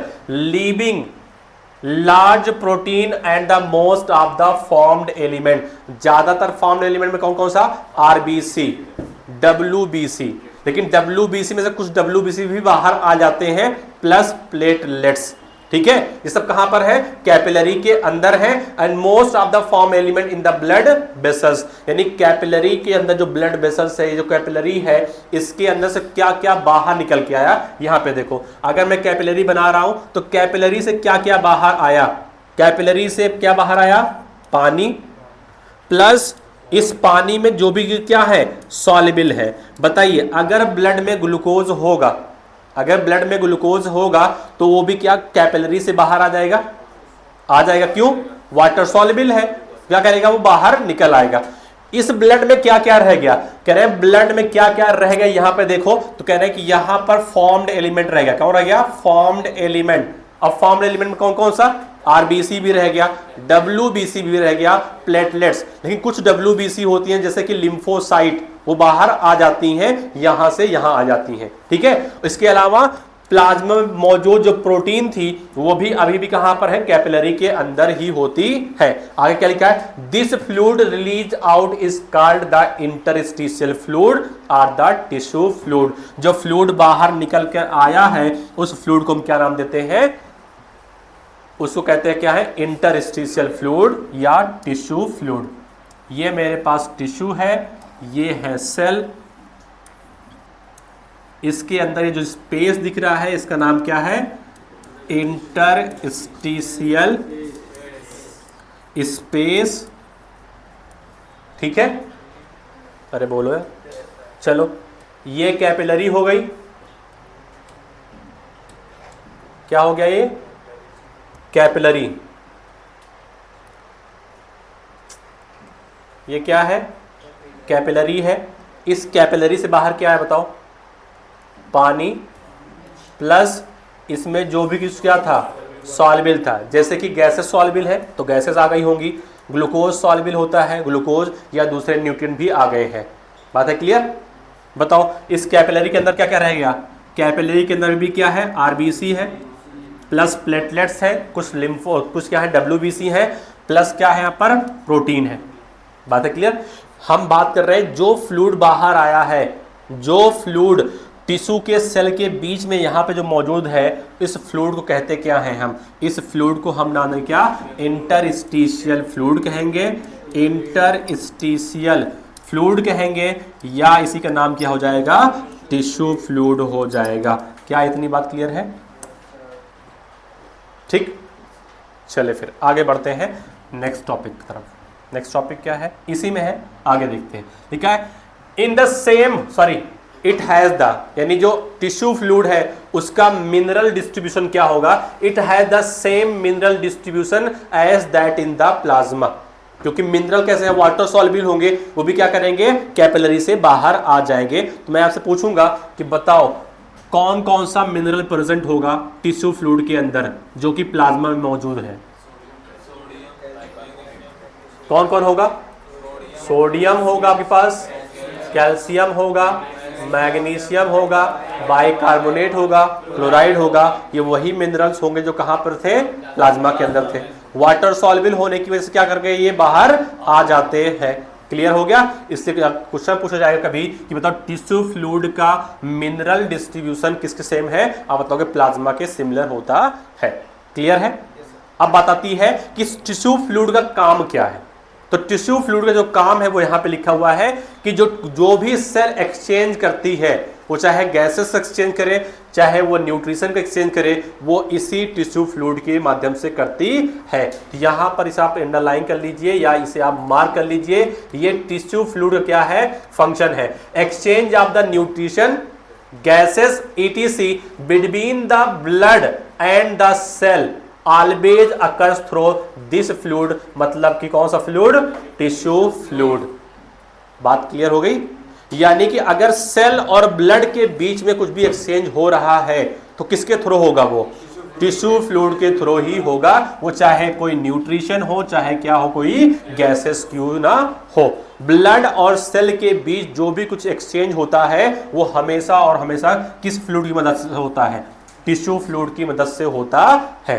क्लियर इतनी बातें? अब आगे बढ़ते हैं। जो मैंने आपको समझाया था, an elaborate network of the vessels called the lymphatic system, क्या कहते हैं इसे हम, lymphatic system, collect this fluid, कौन सा fluid, tissue fluid, and drain it back to the major vein. मैंने आपसे कहा था, ये देखो मैंने बनाया भी था कि सेल के बीच में जो टिश्यू फ्लूइड था उसे दोबारा से वेन में पहुंचाने के लिए मैंने एक अलग से पाइप बनाई थी। इस पाइप को मैंने नाम दिया था लिम्फेटिक सिस्टम। बात है क्लियर? तो लिम्फेटिक सिस्टम क्या कर रहा है हमारा, कि जो टिश्यू फ्लूइड होता है उसे दोबारा से वेन में पहुंचाने का काम करता है। क्लियर इतनी बातें? नेक्स्ट करें, this fluid the fluid present in the lymphatic system. अब बताओ इस लिम्फेटिक सिस्टम में कौन सा फ्लूइड आएगा, आएगा तो टिश्यू फ्लूइड ना। अब नाम क्या हो जाएगा इसका, चेंज, क्या हो जाएगा इसका नाम, लिम्फ। है फ्लूइड वही, लेकिन स्पेस चेंज हो रहा तो नाम क्या हो जा रहा है, चेंज। जब दो सेल के बीच में था तब आपने उसे नाम दिया क्या, टिश्यू फ्लूइड नाम दिया। और जब वही फ्लूइड लिम्फेटिक सिस्टम के बीच में आ गया तब उसका नाम क्या हो गया, लिम्फ हो गया। बातें क्लियर है? चले फिर करेंगे लिम्फ का काम क्या है, यहां पे देख लेते हैं। Lymph is a colourless fluid, कोई भी कलर नहीं है, ठीक है। Containing the specialised lymphocyte. Lymphocyte क्या होता है, लिम्फोसाइट WBC, कितने टाइप का, दो टाइप का, B and T। Lymphocyte B and T होता है ना, कितना परसेंट, 20 से 25%। मैंने आपसे कहा था जब कैपिलरी से ब्लड निकलता है तो वाटर सॉल्युबल सब्सटेंसेस ये सब निकल आते हैं। क्या क्या रह जाता है, आपने कहा फॉर्म्ड एलिमेंट। क्या सारे फॉर्म्ड एलिमेंट, मैंने कहा नहीं, हाँ RBC रहेगा। WBC, क्या सारे WBC नहीं, कुछ WBC बाहर भी आ जाते हैं। उनमें से कौन सा होता है, लिम्फोसाइट। और आपको पता है लिम्फोसाइट बाहर क्यों आ रहा है, इसका काम क्या होता है, डिफेंस मैकेनिज्म, ठीक है। तो डिफेंस मैकेनिज्म के लिए यहां पर भी प्रेजेंट होते हैं, which are responsible for the immune response of the body. और लिम्फोसाइट का एक ही काम होता है, इम्यून रिस्पॉन्स प्रोड्यूस करना, ठीक है। इतनी बात है, चल आगे बढ़ते हैं। Lymph is also an important carrier for, lymph और क्या क्या कैरी कर सकता है, तो कह रहे हैं ये न्यूट्रिशन को कैरी करता है और साथ साथ में ये हार्मोन को भी कैरी करता है। ये क्वेश्चंस आ चुका है, इसे आप अंडरलाइन करें कि लिम्फ क्या क्या कैरी और कर सकता है। तो न्यूट्रिशन तो आएगा क्योंकि वाटर सॉल्युबल होता है, और साथ साथ में अगर किसी सेल को क्योंकि आपको पता है हार्मोन बनता कहीं और है, उसका टारगेट कहीं और होता है, कोई दूसरी सेल होती है। सेल के पास अगर आपको जाना है तो जाना तो कहां से पड़ेगा, आपको टिश्यू फ्लूइड से होकर के ही डिफ्यूजन करना पड़ेगा। तो न्यूट्रिशन में साथ साथ क्या भरा होगा, ऊपर हार्मोन भी कैरी करता है। ठीक है, इसके अलावा डाइजेस्टिव सिस्टम मैंने आपको पढ़ाया नहीं है, ना कि चैप्टर आपके कोर्स में है, नहीं मैं पढ़ाता कि जो फैट का एब्जॉर्प्शन होता है वो किसके थ्रू होता है, इन्हीं लिम्फेटिक सिस्टम के थ्रू होता है। तो fat are absorb through the lymph in the lacteal, ये मैं आपको समझाता अच्छी तरीके से लैक्टियल क्या होता है। ठीक है, चलो देखते हैं। Fat are absorb through the lymph in the lacteal present in the intestinal villi. किसी को पहले पता होगा इंटेस्टाइन में क्या होती है, फोल्डिंग होती है ना, और उसे कहते हैं क्या है, हम विलाई कहते हैं। अगर किसी को फिगर याद हो, कुछ ऐसे ही बना था, एक विलाई है और इस एक विलाई के अंदर अगर देखा जाए तो यहां पर होता क्या है, ये आर्टरी भी जा रही है, ये है रेड कलर की आर्टरी, ये जा रही है ब्लड को ले जाने वाली ऑक्सीजनेटेड, यहां से ब्लड को लाने वाली यानी कि ये वेन्स भी आती हैं। तो ले कौन जा रहा है यहाँ पर ब्लड को, आर्टरी लेके जा रही है ये ब्लड को, और ब्लड को लेके कौन आ रहा है यहाँ से, तो लेके आने वाला कौन हो गया, वेन हो गया। अब इसमें क्या होता है, इसी के अंदर देखा जाए तो यहाँ पर लिम्फेटिक वेसल्स भी प्रेजेंट होते हैं, और लिम्फेटिक वेसल को कुछ इस रूप में दिखाया गया था, अगर आपको पुरानी चीज़ें कुछ याद होंगी तब, जो कि पहले था अब नहीं है। ठीक है, और फैट का जो एब्जॉर्प्शन होता है वो पहले विलाई, क्योंकि विलाई जो होती है वो कहाँ होगी, इंटेस्टाइन के अंदर होती है ना, तो यहाँ पर फैट था।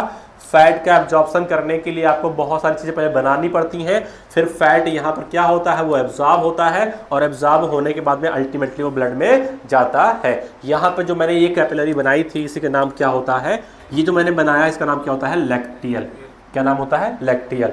तो फैट का एब्जॉर्प्शन अगर बात की जाए तो लिम्फ के थ्रू होगा, किसमें, लैक्टियल में होगा, और लैक्टियल से कहाँ जाएगा, वो इंटेस्टाइनल विलाई, और विलाई से कहाँ जाएगा, वो ब्लड में जाने वाला है। क्लियर हो गया। लास्ट पे क्वेश्चन जो बनता है कि लिम्फ है क्या, तो क्या लिखा है, लिम्फ इज इक्वल टू होता है blood minus RBC plus platelets. अगर आप ब्लड में से आरबीसी और प्लेटलेट्स को हटा दो, उसके बाद जो भी कुछ बचा वो सब क्या होता है, लिम्फ होता है। या ऐसे जोड़ लीजिए आप, प्लाज्मा प्लस डब्ल्यूबीसी ना, प्लाज्मा का आपने कह दिया, डब्ल्यूबीसी मतलब आपने फॉर्म्ड एलिमेंट हटा दिया है, मतलब आरबीसी और प्लेटलेट्स को कि आपने हटा दिया है, तो प्लाज्मा प्लस डब्ल्यूबीसी क्या हो जाएगा, लिम्फ। इसे आप लिख लीजिए।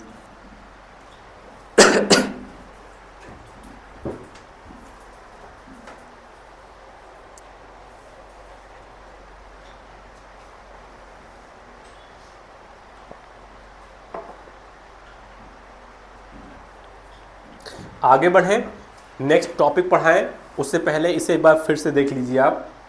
मैंने कहा टिश्यू है, तो टिश्यू होगा तो उसमें क्या होंगी, सेल्स होंगी। सेल्स के बीच में क्या होगा, स्पेस। उस स्पेस का नाम बता दो, इंटरस्टिशियल स्पेस। टिश्यू के पास आर्टरी जाएंगी, लेकिन सेल्स के पास आर्टरी नहीं जाएंगी, बल्कि उसकी ब्रांचिंग जाएगी, जिसका नाम होता है क्या, कैपिलरीज। जब ब्लड आर्टरी से कैपिलरी में जाएगा तो कैपिलरी से ब्लड के अंदर मौजूद water plus water soluble substances, कुछ डब्ल्यूबीसी जैसे कि लिम्फोसाइट, वो कैपिलरी से बाहर निकल आएंगी। बाहर कहाँ आएंगी, सेल के बीच जो स्पेस है उसी में आकर के भर जाएंगी, और सेल के बीच जो स्पेस था उसका नाम था इंटरस्टिशियल स्पेस। इसलिए अब जो फ्लूइड बना उसका नाम क्या पड़ गया, इंटरस्टिशियल फ्लूइड या टिश्यू फ्लूइड। क्लियर करें। अगर मान लेते हैं कि ब्लड और सेल के बीच कुछ एक्सचेंज होना है तो इसी फ्लूइड के बीच में एक्सचेंज होगा, यानी इसी फ्लूइड के थ्रू क्या होगा, एक्सचेंज होगा। ठीक है, और एक्सचेंज किस चीज का होता है, मेनली गैसेस का होता है, न्यूट्रिशन का होता है, हार्मोन कभी कभी भाग लेते हैं साथ में। ठीक है, तो इनका क्या हो जाएगा, एक्सचेंज हो जाएगा ब्लड और सेल के बीच में। बात है क्लियर। लेकिन जब यही फ्लूइड, मतलब कौन सा फ्लूइड, टिश्यू फ्लूइड, क्या यह हमेशा रुका रहेगा यहीं पर, नहीं, इसे दोबारा फिर से कहाँ जाना पड़ेगा, वेन्स के अंदर जाना पड़ेगा। तो टिश्यू फ्लूइड को दोबारा फिर से वेन में पहुंचाने के लिए एक सिस्टम होता है जिसे हम कहते हैं क्या है, लिम्फेटिक सिस्टम। और लिम्फेटिक सिस्टम के अंदर जब ये टिश्यू फ्लूइड आ जाता है तब इस फ्लूइड का नाम होता है लिम्फ। क्लियर हो गया।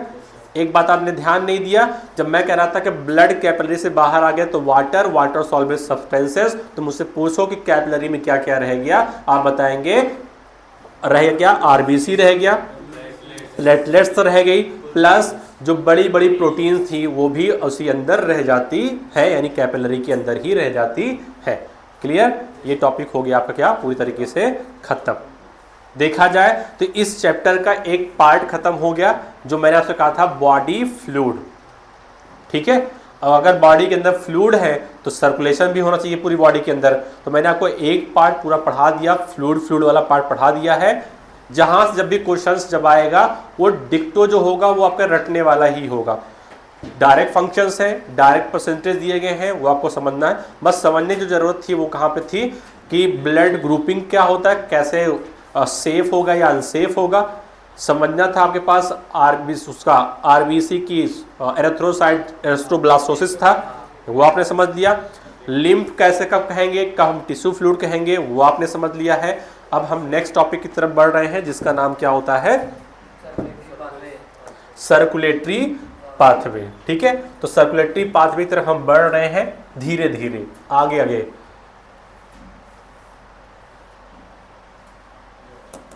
चलिए सर्कुलेटरी पाथवे की बात करते हैं ना। आपने नाम सुना होगा पाथवे, रास्ता। तो रास्ता भी अलग अलग टाइप का हो सकता है ना। तो देखा ये गया है कि जो सर्कुलेशन का पाथवे है, जो रास्ता है, वो दो टाइप का है। कितने टाइप का है? और आपने सुना भी होगा, पढ़ा होगा छोटी क्लासेस में कि जो एक टाइप होता है क्या, ओपन सर्कुलेटरी सिस्टम होता है, और दूसरा क्या होता है, क्लोज सर्कुलेटरी सिस्टम।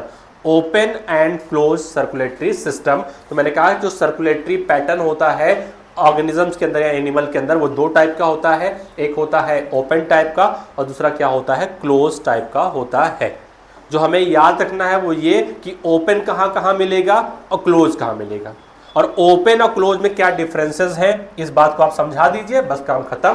तो पहला पढ़ने जा रहे हैं हम ओपन सर्कुलेटरी सिस्टम। ठीक है, सबसे पहले एग्जाम्पल, ओपन सर्कुलेटरी सिस्टम कहाँ मिलता है, तो आप याद करिए। सबसे पहले आर्थ्रोपोड्स, कहाँ मिलेगा, आर्थ्रोपोडा, फाइलम आर्थ्रोपोडा, इसके साथ साथ में मोलस्का। आर्थ्रोपोड्स मतलब आर्थ्रोपोडा के मेंबर्स। अगला मोलस्कस, मोलस्का के मेंबर। ठीक है, तो एग्जाम्पल आप अंडरलाइन कर लीजिए, इसे याद करना है कि ओपन सर्कुलेटरी सिस्टम कहाँ देखने को मिलेगा आपको, आर्थ्रोपोड्स एंड मोलस्का के अंदर। ये होता क्या है, ओपन सर्कुलेटरी सिस्टम में होता क्या है, ये फिगर बना हुआ है, पहचान रहे होंगे आप इसको, बार बार ये आ रहा है, इंसेक्ट है, ग्रास हॉपर। ठीक है, देखो होता क्या ओपन सर्कुलेटरी सिस्टम में, आपने गांव में देखा होगा किसी किसके यहाँ ट्यूबवेल है, ट्यूबवेल। अरे आजकल सीजन चल रहा है ना, क्या बोने का, धान लग रहा है गांव में, धान ही तो लग रहा है, सबकी ट्यूबवेल चलेगी। अच्छा, ट्यूबवेल में नहाया किसने है, नहाया? चलो, कुछ लोग जो ट्यूबवेल होती है वो ओपन टाइप की होते हैं, कुछ लोग क्या होते हैं बाहर टंकी बनाए होते हैं, होता है ना चैम्बर, देखा होगा। ट्यूबवेल में मशीन लगी है, मशीन क्या कर रही है, पानी को खींच रही है, पानी नीचे से पाइप के थ्रू बाहर आ रहा है।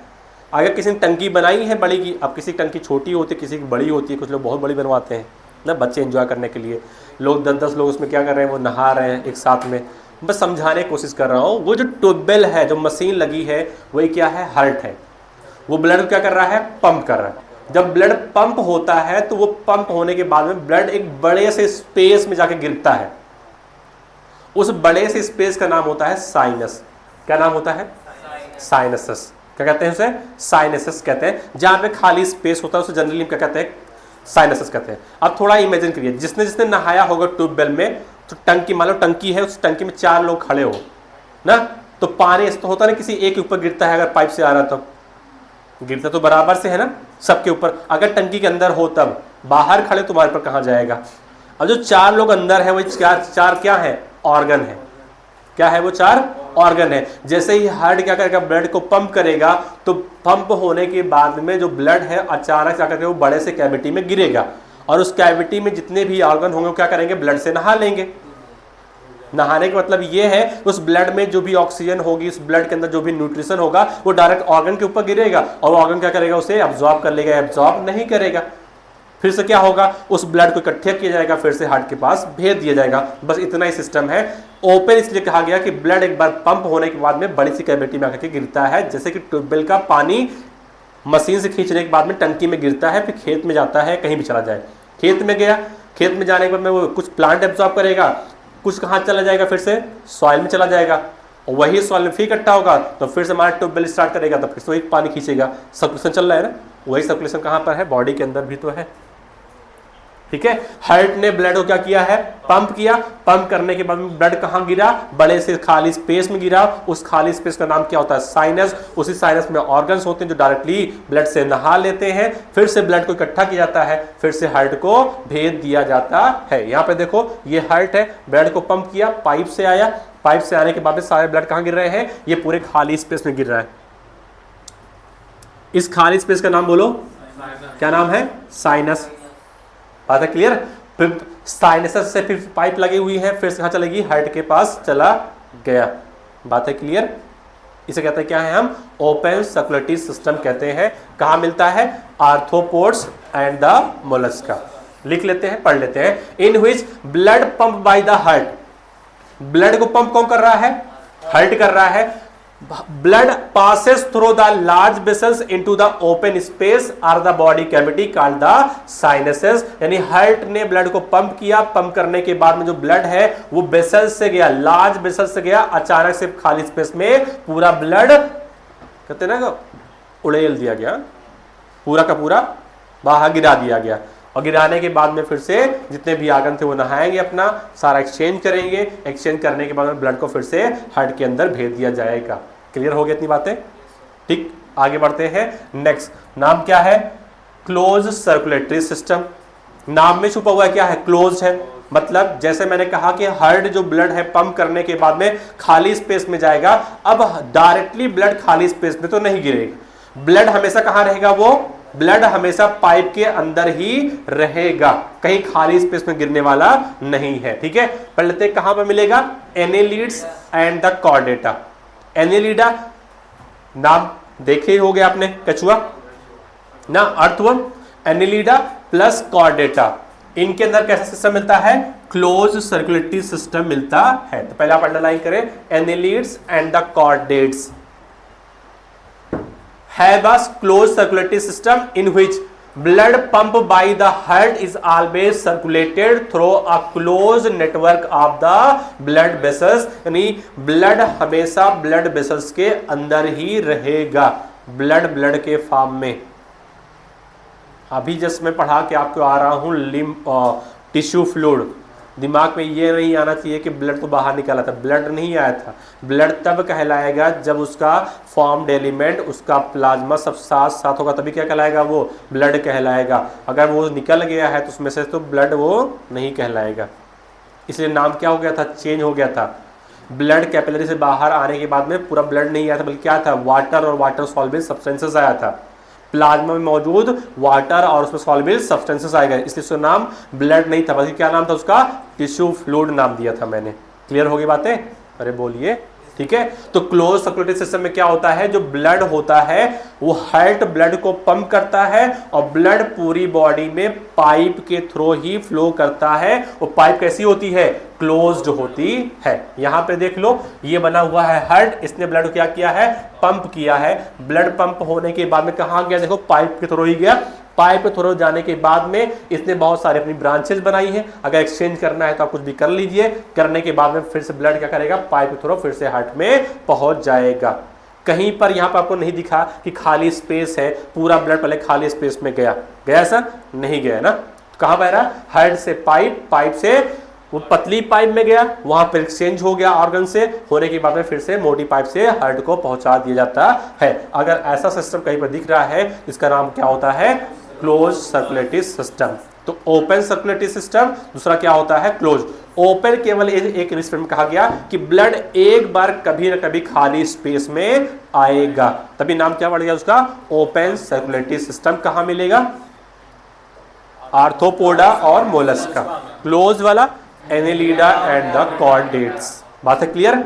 अब कॉर्डेट्स की अगर बात आती है तो मुझे कोई बताए कॉर्डेट्स का मेंबर कौन कौन है, इसके अलावा और कौन कौन है जो कॉर्डेट्स में आता है? आपने कहा पिसीज, ये तो कहा पिसीज क्या होती हैं? हाँ, किसने कहा मछलियां ना? अरे फिशिस, हाँ ठीक है, ये फिशेस हो गई, ये भी कॉर्डेट्स में ही आते हैं। अरे आता है नहीं आता? आता है, बिल्कुल आता है। इसके साथ में एम्फीबिया, रेप्टाइल, बर्ड्स, मैमल। अरे बोलो, ये फिन वाले होते हैं, इनके पास फिन होती है और इनके पास हाथ पैर होते हैं, टेट्रापोडा कहलाते हैं। है तो क्या ये सारे के सारे? ठीक है, अरे आगे बढ़ जाए, चलो आगे बढ़ते हैं। नेक्स्ट कॉर्डेटा फाइलम है नहीं है?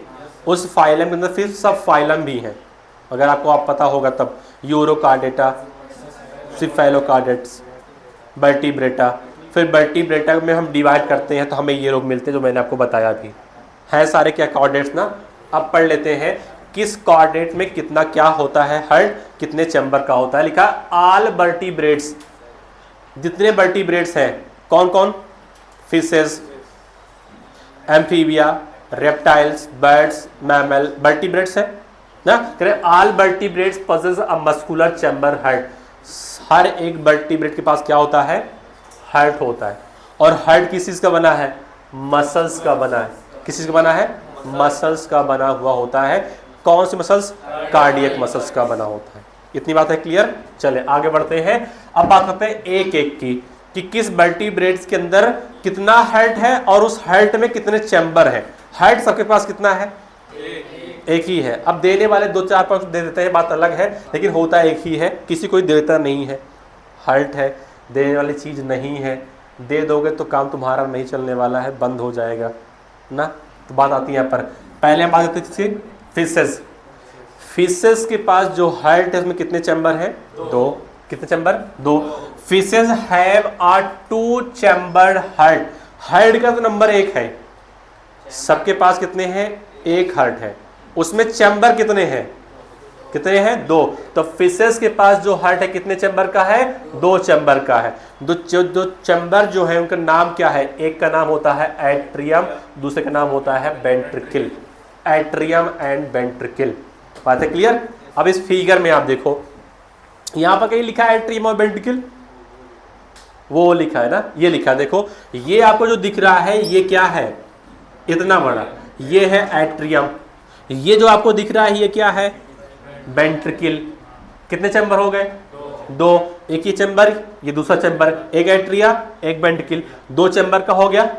लेकिन आगे पता था ऊपर वाले को जो आने वाला है सबसे खतरनाक बंदा आएगा और उसको हमें क्या देना है? हेड तो 1 देना है लेकिन चैम्बर 4 देने हैं। तो 4 देने के लिए प्रिपरेशन पहले से ही चली आ रही थी, बस उसका नाम क्या होता है? अलग। यहाँ पे देखो क्या लिखा हुआ है, नाम अगर याद कर लो कोई बात नहीं है, नहीं है तो कोई बात नहीं। क्या लिखा है? साइनस बिनोसस। साइनस, साइनसस खाली स्पेस, साइनस बिनोसस। बिनोसस क्यों नाम पड़ा? कह रहे बीनस साइड, मतलब इधर डीऑक्सीडेटेड ब्लड ही आएगा। ठीक है, तो लिखा है बीनस साइड का नाम कन्वर्ट किया साइनस बिनोसस। नहीं याद कोई दिक्कत नहीं। इधर देखो क्या लिखा है? एट्रियल साइड है ये, क्या लिखा है? Bulbs arteriosus. क्लियर है? लेकिन जो आपको इंसार्ट ने बताया है वो सब हटा दीजिए, केवल इतना याद रखिए कि फिश के हार्ट में कितने चैम्बर होते हैं? 2। एक होता है एट्रिया, एक क्या होता है? वेंट्रिकल। कैसे ब्लड सर्कुलेट करता है वो आगे की बात है। फिलहाल अभी इतना समझिए कि कोई भी वर्टिब्रेट होगा उसके पास हार्ट होगा, एक होगा, चैम्बर क्या होंगे? अलग अलग होंगे। फिश से स्टार्ट किया है, फिश के पास हार्ट तो 1 है लेकिन चैम्बर कितना है? 2 होता है। और चैम्बर 2 है तो एक एट्रिया और एक क्या है? वेंट्रिकल। ठीक है, कभी अगर मिल जाएगा नाम सुनने के लिए तो सुन लेना आपका साइनस बिनोसस और यहाँ पे लिखा है बल्बस आर्टरियोसस। कभी एनसीईआरटी नहीं पूछेगी आपसे, कभी नहीं पूछेगी, बताया नहीं है तो पूछेगी भी नहीं। अगला पढ़ते हैं नेक्स्ट तरफ। अगला एम्फीबिया की बात करते हैं। किसकी बात करते हैं? Amphibia and reptiles. एम्फीबिया और रेप्टाइल के पास जो हार्ट है, हार्ट कितना है? 1। कितने चैम्बर का है? 3 चैम्बर्ड हार्ट होता है। अब 3 चैम्बर है तो कितना एट्रिया कितना वेंट्रिकल? 2 एट्रिया एक वेंट्रिकल। कितना एट्रिया? देखा 2 एट्रिया और एक सिंगल क्या होता है? वेंट्रिकल। लेकिन एक्सेप्शन किसका है? क्रोकोडाइल। क्रोकोडाइल भी क्या है? रेप्टाइल है, लेकिन इसके पास 3 नहीं बल्कि 4 चैम्बर का हार्ट होता है। यहां फोटो देखो, अच्छी दिख रही होगी आपको ना। ये जो चैम्बर, 2 चैम्बर जो दिखाए गए हैं आपको, ये वाले क्या है? Atria, 2 atria. ये दोनों नहीं, जो एक दिखाया गया है इसका नाम क्या है? वेंट्रिकल। लेकिन आप देख सकते हो इवोल्यूशन में यहां से क्या हो रहा है? डिवीजन स्टार्ट हो गया है, ऊपर की तरफ ये बढ़ रहा है। जहां ये बढ़ के डिवीजन हो गया तो एक ये बन जाएगा, एक ये बन जाएगा, यानी 2 वेंट्रिकल भी बन जाने वाले हैं। लेकिन अभी भी क्या है? ये 2 एट्रिया, 1 वेंट्रिकल। क्लियर हो गया? कितने चैम्बर का हो गया? 3 हो गया। यहां पर लिखा क्या है? देखो यहां पर क्या लिखा है। अच्छा, अगर ये फिगर है, अब जो हार्ट का जो फिगर होगा वो बॉडी में ऐसे कर भी लगा होगा ना। मैं नहीं हूँ सॉरी मैं फिगर नहीं हूँ, लेकिन अब कुछ ऐसा तो होगा। तो ये क्या आपके साथ? राइट साइड, ये क्या होगा? Left side. यानी कि ये मैं कह सकता हूँ ये क्या है आपके पास? राइट एट्रिया, ये क्या है? Left atria. अब यहाँ पर राइट लेफ्ट की बात ही नहीं, क्योंकि एक ही ये क्या है? पूरा वेंट्रिकल है। अब कह रहे देखो हो क्या आ रहा है? ये फ्रॉम बॉडी ब्लड जो आ रहा है राइट एट्रिया, कहां से आ रहा है? वो बॉडी से आ रहा है। बोलो, लेफ्ट एट्रिया में जो आ रहा है ब्लड वो कहां से आ रहा है? लंग से आ रहा है। वेंट्रिकल में जो ब्लड, वेंट्रिकल से ब्लड जो जा रहा है वो कहां जा रहा है? देखो, एक तो बॉडी तरफ जा रहा है और दूसरा कहां जा रहा है? वो लंग्स की तरफ भी जा रहा है। और आगे यही सिचुएशन कंटिन्यू भी रखना है हमें, जब डिवीजन हो जाएगा तब। फिलहाल इतना याद रखिए आप, एम्फीबिया रेप्टाइल में कितने चैम्बर हार्ट? 3 चैम्बर्ड हार्ट होते हैं, 2 एट्रिया, 1 वेंट्रिकल के साथ में। एक्सेप्शन कहां पर है? क्रोकोडाइल में। ठीक है, यहां पढ़ लेते हैं। Whereas the crocodiles, birds and the mammals possess the 4 chambered heart. हमारे पास जो हार्ट है कितने चैम्बर? उसमें 4 चैम्बर्ड होते हैं। कितना एट्रिया? 2 एट्रिया और 2 वेंट्रिकल। तो फिशेस के पास 2 chamber heart, 1 atria, 1 ventricle.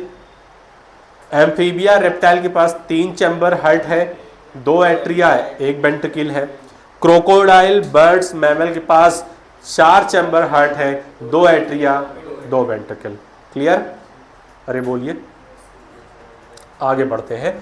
Next, circulation पढ़ा दें आपको, सर्कुलेशन पढ़ा दें ताकि कल फ्राइडे है ना, तो कल स्टार्ट कर देते हैं हार्ट का पूरा पढ़ा देंगे आपको, पूरा स्ट्रक्चर।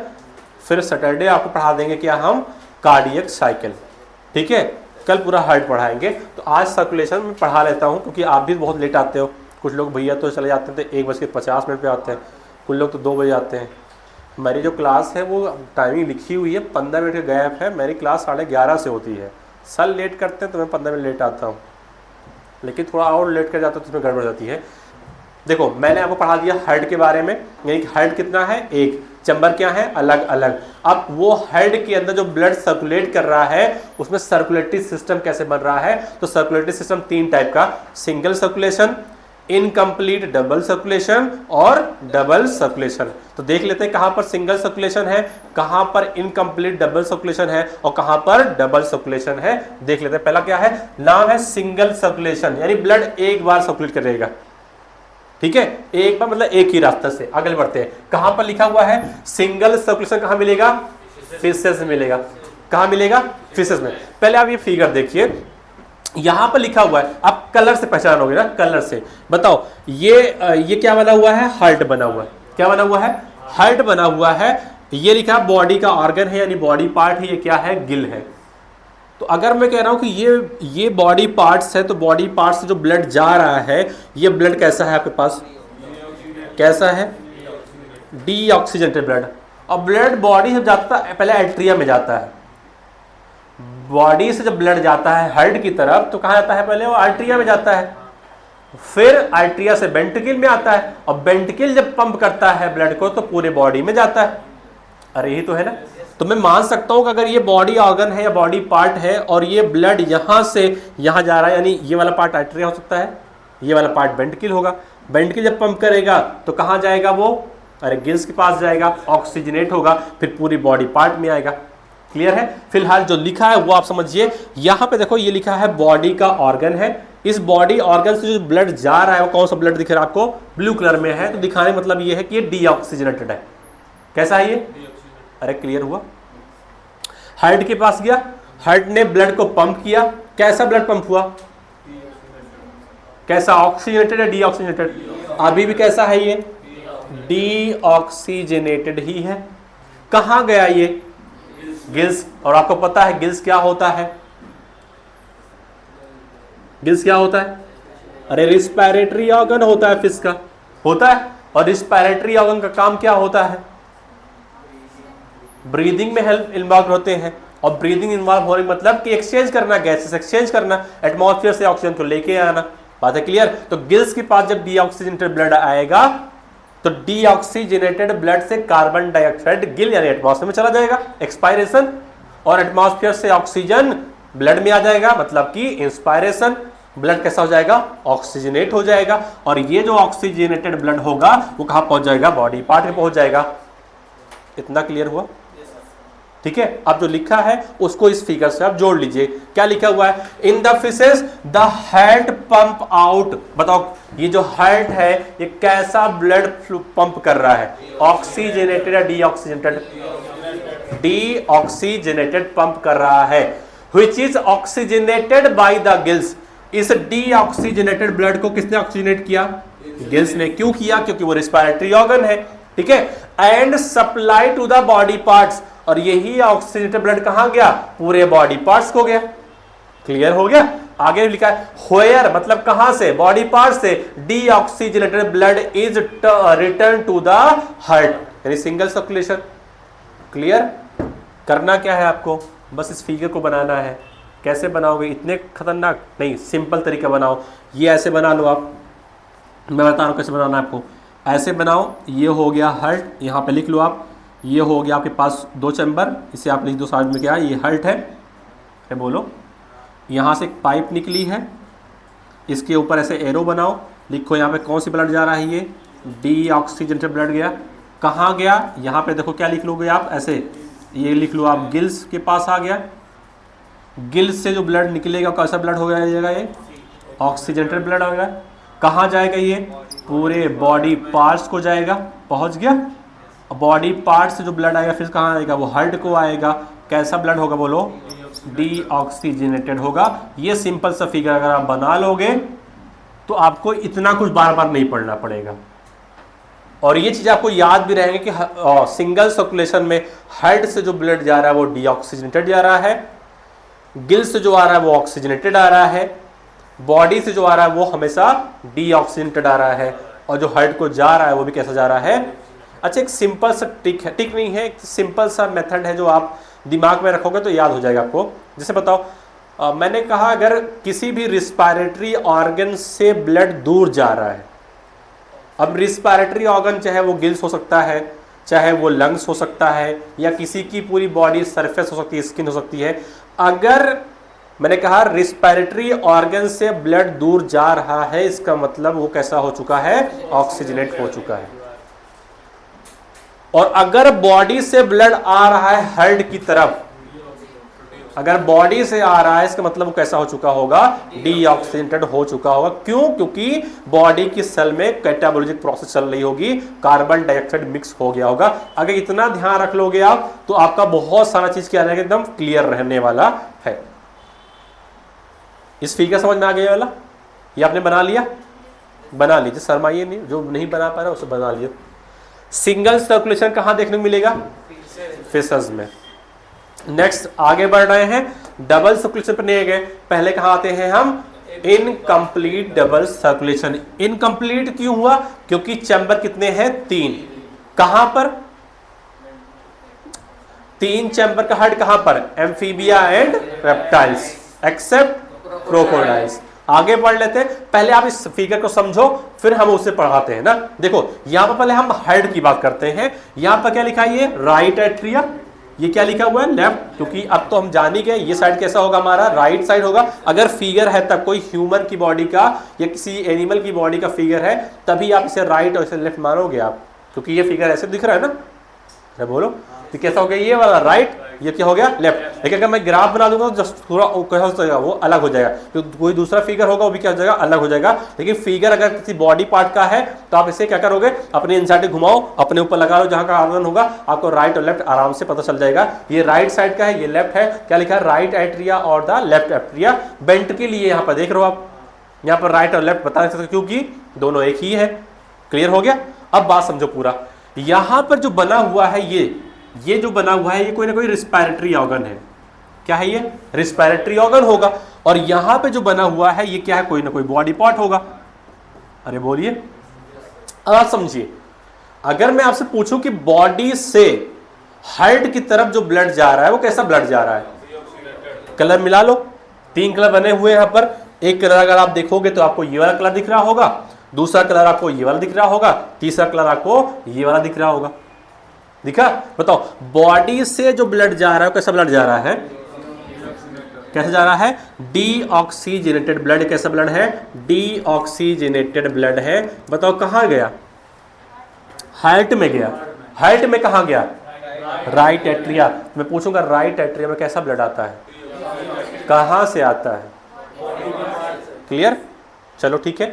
राइट एट्रिया में जो ब्लड आएगा वो आर्टेरिया से कहां जाएगा? वेंट्रिकल में जाएगा। यहां तक रुकते हैं। ठीक है, अगला मैंने कहा बॉडी की तरफ जो ब्लड आ रहा है, अभी रुक जाओ क्योंकि अभी थोड़ा गड़बड़ हो सकता है। गड़बड़ नहीं होगा, आप समझ नहीं पाओगे। ये रिस्पायरेटरी ऑर्गन, मैंने ऐसा कहा था रिस्पायरेटरी ऑर्गन से जब ब्लड गुजरता है, रिस्पायरेटरी ऑर्गन से जब ब्लड गुजरता है तो कैसा हो जाता है? यानी रिस्पायरेटरी ऑर्गन से जो ब्लड आ रहा है वो ब्लड कैसा है? और कहां जा रहा है वो? लेफ्ट एट्रिया की तरफ जा रहा है। बात क्लियर? देखो, राइट एट्रिया में जो ब्लड आया वो कैसा आया? लेफ्ट एट्रिया में जो आया ऑक्सीजनेटेड। दोनों आके कहां मिल गए? वेंट्रिकल में। इधर से ऑक्सीजनेटेड, इधर से डीऑक्सीजनेटेड, दोनों आके मिल गए, मिक्स हो गए। अब मैं ब्लड को नहीं बता पा रहा हूं कि ऑक्सीजनेटेड है या डीऑक्सीजनेटेड। मैंने क्या कह दिया? ये मिक्स्ड ब्लड है। कैसा है ये? क्योंकि दोनों क्लियर नहीं है तो कैसा हो गया? ये मिक्स्ड ब्लड। अब वेंट्रिकल जब पंप करेगा तो वेंट्रिकल से ब्लड जो निकलेगा वो कहां कहां जाएगा? एक तो ब्लड कहां जाएगा? वो रिस्पायरेटरी ऑर्गन की तरफ जाएगा। दूसरा कहां जाएगा? वो पूरी बॉडी पार्ट में जाएगा। अब बताओ, मैंने कहा वेंट्रिकल ने जो ब्लड पंप किया वो कैसा ब्लड जा रहा है? मिक्स्ड ब्लड जा रहा है। मिक्स्ड ब्लड कहां कहां गया? रिस्पायरेटरी ऑर्गन के पास गया। और कहां गया? पूरे बॉडी पार्ट्स के पास गया। क्लियर? बस इसी फिगर को आप इसमें आप पढ़ लीजिए, सब कुछ हो जाएगा। ठीक है, अगर आप इस फिगर को बना पाओगे तो सिंपली बना लीजिए, बहुत आसान से बन जाएगा और आपको वो दोबारा से पढ़ना नहीं पड़ेगा। बना पाओगे? बना लीजिए आप सिंपल से। मैं कोशिश कर रहा हूँ बनाने की। चल सॉरी,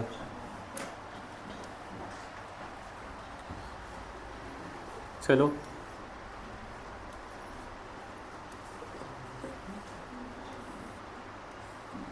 बातें ना करो, बना लोगे तो आराम से आपको याद भी रहेगा। ये है आपके पास राइट एट्रिया, ये है लेफ्ट एट्रिया। ठीक है, यहाँ पे मैं लिख रहा हूँ, यहाँ मैं लिख रहा हूँ बॉडी पार्ट, यहाँ मैं लिख दे रहा हूँ रिस्पायरेटरी ऑर्गन। क्या हो गया?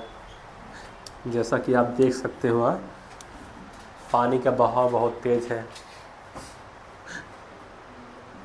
ये बॉडी पार्ट से जो ब्लड जाएगा कहाँ जाएगा? सही है? कैसा ब्लड? ऐसे बना लो सिंपल से, बस ऐसे ही बनाना आपको। ये कैसा ब्लड होगा? डीऑक्सीजन, मैं आधा लिख रहा हूँ, डीऑक्सीजनेटेड ब्लड। बना लो, मैं ही नहीं बनाऊंगा, तुम्हें भी बनाना पड़ेगा, बनाना ही पड़ेगा। अगला यहाँ पे देखो, ये मैं बना रहा हूँ रिस्पायरेटरी ऑर्गन से जो ब्लड आ रहा है वो कैसा आएगा? हाँ, बस ऐसे ही पढ़ते रहो आप। ऑक्सीजनेटेड ब्लड है ये। कौन सी पाइप ला रही है सब अभी साइड करिए, जब हम ह्यूमन का पढ़ेंगे डिस्कस कर लेंगे। अभी फिलहाल इतना, ठीक है? अब ये बात मिक्स ब्लड है, रेड और ब्लू मिलाने में क्या उसका कलर बनता है? पर्पल। मुझे पता नहीं कलर मिक्सिंग, आप बताएंगे। वेंट्रिकल से जब ब्लड पंप होगा तो कहाँ जाएगा? रिस्पायरेटरी ऑर्गन के पास जाएगा और यहाँ से निकलेगा कहाँ जाएगा? बॉडी पार्ट्स के पास भी आएगा। ठीक, अरे ये वेंट्रिकल से ब्लड जा रहा है, पर्पल वाले में जो भी जा रहा है, ये कहाँ से जा रहा है ब्लड? वेंट्रिकल से जा रहा है ना। ये अब बताओ, यहाँ पे जो ब्लड आया कैसा आया? ये मिक्स्ड ब्लड आया, और यहाँ पे जो ब्लड आया वो कैसा है? मिक्स्ड ब्लड है। बन गया?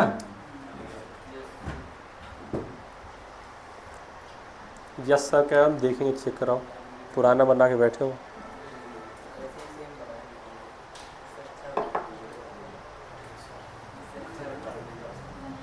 बना लिया आपने? बनाओ, जल्दी बनाओ। इससे चीज़ें क्या होती हैं, आपको पढ़ने में थोड़ा आसानी होती है, बार बार आपको थ्योरी नहीं पढ़नी पड़ेगी, बस फिगर देखिए। पूछेगा क्या? ये तो पूछेगा ना कि राइट एट्रियम में कैसा ब्लड आ रहा है बताइए, लेफ्ट एट्रियम में कैसा ब्लड आ रहा है बताइए आप, बॉडी को जो ब्लड जा रहा है कैसा जा रहा है बताइए आप। बस यही सब क्वेश्चन होते हैं, आपको यही नहीं याद होते हैं। कुछ लोग को यही चीज़ें 1 साल में याद हो जाती हैं, कभी कभी 2-4 साल लग जाता है। कभी कभी कुछ लोग होते हैं जिद्दी होते, कहते हैं हम छोड़ेंगे जब तक मरेंगे नहीं, जब तक तोड़ेंगे नहीं तब तक छोड़ेंगे नहीं। तो बात आती है, नीट भी कहता है कि आओ देखते हैं कौन किसको तोड़ता है, या तो तुम हमें तोड़ोगे या तो बस, यही बात होती है। और ज़्यादातर केस में होता क्या है, तोड़ता वही है, तोड़ते हम हैं। ठीक है, चलो आगे बढ़े, पढ़ लेते हैं क्या लिखा था। बन गया ना सबका भाई? चलो ठीक है, मुस्कुरा के तुम लोग हट जाते हो, मुझे पता है तुम लोग करते क्या हो। इसमें कौन कौन आएगा इनकम्प्लीट में? Amphibia, reptiles. The left atria receive कर रहा है कौन सा ब्लड? कहां से? Respiratory organ. अब कौन कौन हो सकता है एम्फीबिया रेप्टाइल में? गिल्स भी हो सकते हैं, लंग्स भी हो सकता है, स्किन। रिस्पिरेटरी ऑर्गन कोई भी हो सकता है। And the right atrium gets the deoxygenated blood. Right atrium में कौन सा ब्लड आ रहा है? डीऑक्सीजनेटेड आ रहा है। कहां से? From the other body part, यानी रिस्पिरेटरी ऑर्गन को छोड़ करके। ठीक है, अगला, however they get mixed up. दोनों ऑक्सीजनेटेड और डीऑक्सीजनेटेड दोनों क्या हो गए? मिक्स्ड हो गए। कहां पर? सिंगल वेंट्रिकल के अंदर। और वेंट्रिकल क्या कर रहा है? Pump out mixed blood. तो इनमें जो ब्लड पंप होता है वेंट्रिकल के द्वारा वो कैसा होता है? इनकम्प्लीट, सॉरी मिक्स्ड ब्लड होता है। इसलिए जो सर्कुलेटरी सिस्टम बनता है वो कैसा होता है? इनकम्प्लीट डबल सर्कुलेशन बनता है। क्लियर? हाँ पूछो। अब आगे बढ़ते हैं नेक्स्ट। कुछ पूछना है पूछ सकते हो भाई, शर्माओ नहीं, पूछ सकते हो। कंप्लीट डबल सर्कुलेशन, जहां पर इनकम्प्लीट दिख रहा था उसी को आप कंप्लीट कर दीजिए। एम्फीबिया रेप्टाइल में 2 एट्रिया 1 वेंट्रिकल था। अगले स्टेप में आइए, 2 एट्रिया को रखिए, 1 वेंट्रिकल को बढ़ा दीजिए। कितना वेंट्रिकल हो गया? 2 एट्रिया 2 वेंट्रिकल, और दोनों में दीवार खड़ी कर दीजिए। ब्लड अलग अलग लेके जाइए, अलग अलग लेके आइए, डबल सर्कुलेशन बन के तैयार हो गया। अब मैं आपसे पूछूंगा, आप बताएंगे, खत्म बात। वहां पर छोड़ो जो लिखा है, बताओ ये कौन साइड है? लेफ्ट है ना। तो ये जो मैं लिख रहा हूं ये क्या है? लेफ्ट एट्रिया, ये लेफ्ट वेंट्रिकल। बस यहीं से सारा केस स्टार्ट हो रहा है। कल से इसी क्या होगी? प्रैक्टिस होगी। बार बार मैं बोलूंगा left atria left ventricle, right atria right ventricle. यहाँ से ब्लड वहाँ जा रहा है, वहाँ से ब्लड यहाँ आ रहा है, वहाँ पर वाल्व लगे हैं, यहाँ पर खुल रहा है, वहाँ पर बंद हो रहा है, वहाँ पर धक्का लग रहा है। ये सारी चीज़ें क्या होंगी? बार बार रिवाइज होंगी। ठीक है, तो ये लेफ्ट एट्रिया लेफ्ट वेंट्रिकल। कभी कभी इतना कंफ्यूजन हो जाता है कि हम भूल भी जाते हैं कि लेफ्ट एट्रिया के पीछे नीचे ही क्या होगा? वेंट्रिकल होगा। अरे एट्रिया के नीचे ही क्या होता है? हमेशा वेंट्रिकल होता है। तो कभी कभी होता है ना, हम ये पढ़ाते हैं लेफ्ट एट्रिया लेफ्ट वेंट्रिकल, कुछ कहते हैं कि ये राइट एट्रिया हो गया, ये left ventricle, sorry right atria left atria, वो एट्रिया पढ़ाते हैं, हम एट्रिया वेंट्रिकल पढ़ाते हैं। कोई बात नहीं, जैसे पढ़ लो। ये दोनों एट्रिया है, ये राइट है, ये लेफ्ट है, ये दोनों वेंट्रिकल है, राइट है लेफ्ट है। अब ऐसे पढ़ लीजिए, कनेक्शन रहेगा आपका, ब्लड फ्लो जैसा रहेगा वैसे ब्लड पहले आएगा राइट एट्रिया, सॉरी ब्लड आएगा पहले एट्रिया में, फिर कहाँ जाता है? वेंट्रिकल में। बात क्लियर हो गई? ये हो गया आपके पास लेफ्ट एट्रिया, ये लेफ्ट वेंट्रिकल। ये बताओ राइट एट्रिया राइट वेंट्रिकल। ठीक है, अब तुम्हें बताना पड़ेगा। बताओ राइट एट्रिया में जो ब्लड आ रहा है कैसा आ रहा है? हाँ बढ़िया है। कैसा ब्लड आ रहा है? डीऑक्सीजनेटेड ब्लड आ रहा है। कहाँ से आ रहा है? बॉडी पार्ट से आ रहा है। जो डीऑक्सीजनेटेड ब्लड आया राइट एट्रिया में, वही कहाँ जाएगा? राइट वेंट्रिकल में जाएगा, और राइट वेंट्रिकल वही ब्लड क्या करता है, पंप करता है, तो कहां जाता है वो, लंग्स के पास जाता है। कौन सी पाइप लेके जाती है वो आगे बात कर लेंगे, ठीक है। अगला, लंग्स से जो ब्लड आएगा कैसा ब्लड आएगा, वो ऑक्सीजनेटेड ब्लड होगा। कहां आएगा, लेफ्ट एट्रिया में आएगा, लेफ्ट एट्रिया से लेफ्ट वेंट्रिकल में, और लेफ्ट वेंट्रिकल से वही ब्लड मैंने क्यों कहा, क्योंकि यहाँ पर बेल सेपरेशन है, ब्लड कहीं पे मिक्स नहीं हो रहा है, इसलिए मैंने कहा वही ब्लड मतलब ऑक्सीजनेटेड आया है तो ऑक्सीजनेटेड जाएगा भी। कहाँ जाएगा, बस खत्म बात, हो गया सर्कुलेशन। दो सर्कुलेशन को दिख रहा होगा, इसे कहते हैं क्या, इसे हम डबल सर्कुलेशन कहते हैं, कंप्लीट डबल सर्कुलेशन कहते हैं। कहाँ मिलेगा बताइए, बर्ड्स मैमल्स, ठीक है। Oxygenated and the deoxygenated blood receive by the left and the right atria respectively. बताओ पहले क्या आया था, ऑक्सीजनेटेड, किसने रिसीव किया, लेफ्ट एट्रिया ने, सही है बोलो। ऑक्सीजनेटेड किसने रिसीव किया, लेफ्ट एट्रिया। डीऑक्सीजनेटेड किसने रिसीव किया, राइट एट्रिया। देखो रिसीव करने वाला, ठीक है। अब पंपिंग की बात करते हैं। अगला, और वही ब्लड कहां गया, करे passes on to the ventricle of the same side. मतलब ऑक्सीजनेटेड वाला जो ब्लड आया था लेफ्ट एट्रिया में, वो कहां पहुंच गया, लेफ्ट वेंट्रिकल पहुंच गया। और जो डीऑक्सीजनेटेड ब्लड आया था कहां पर, राइट एट्रिया के अंदर, कहां पहुंच गया, राइट वेंट्रिकल के अंदर पहुंच चुका है। क्लियर। अब वेंट्रिकल काम होता है पंप करना। The ventricle pump blood out without any mixing, बिना किसी मिक्सिंग के। क्यों नहीं हो रहा है, that is the two separate circulatory pathway are present in these organisms, hence these animals have the double circulation, ठीक है। दोनों ब्लड में मिक्सिंग नहीं हुई है, जब मिक्स नहीं होगा तो अलग अलग ब्लड क्या होगा, फ्लो करेगा, अलग अलग रास्ते से फ्लो करेगा, इसलिए नाम क्या पड़ गया इसका, डबल सर्कुलेशन नाम इसका पड़ गया है। क्लियर इतनी बातें। कल का जो टॉपिक रहेगा वो रहेगा human circulatory system. Circulatory system में क्या क्या आता है वो आगे डिस्कस करेंगे। मेन जो पार्ट है वो क्या है, हार्ट का है, वो हम आगे डिस्कस कर लेंगे, ठीक है। आज के लिए इतना ही, थैंक यू। होमवर्क मैंने आपको दिया था,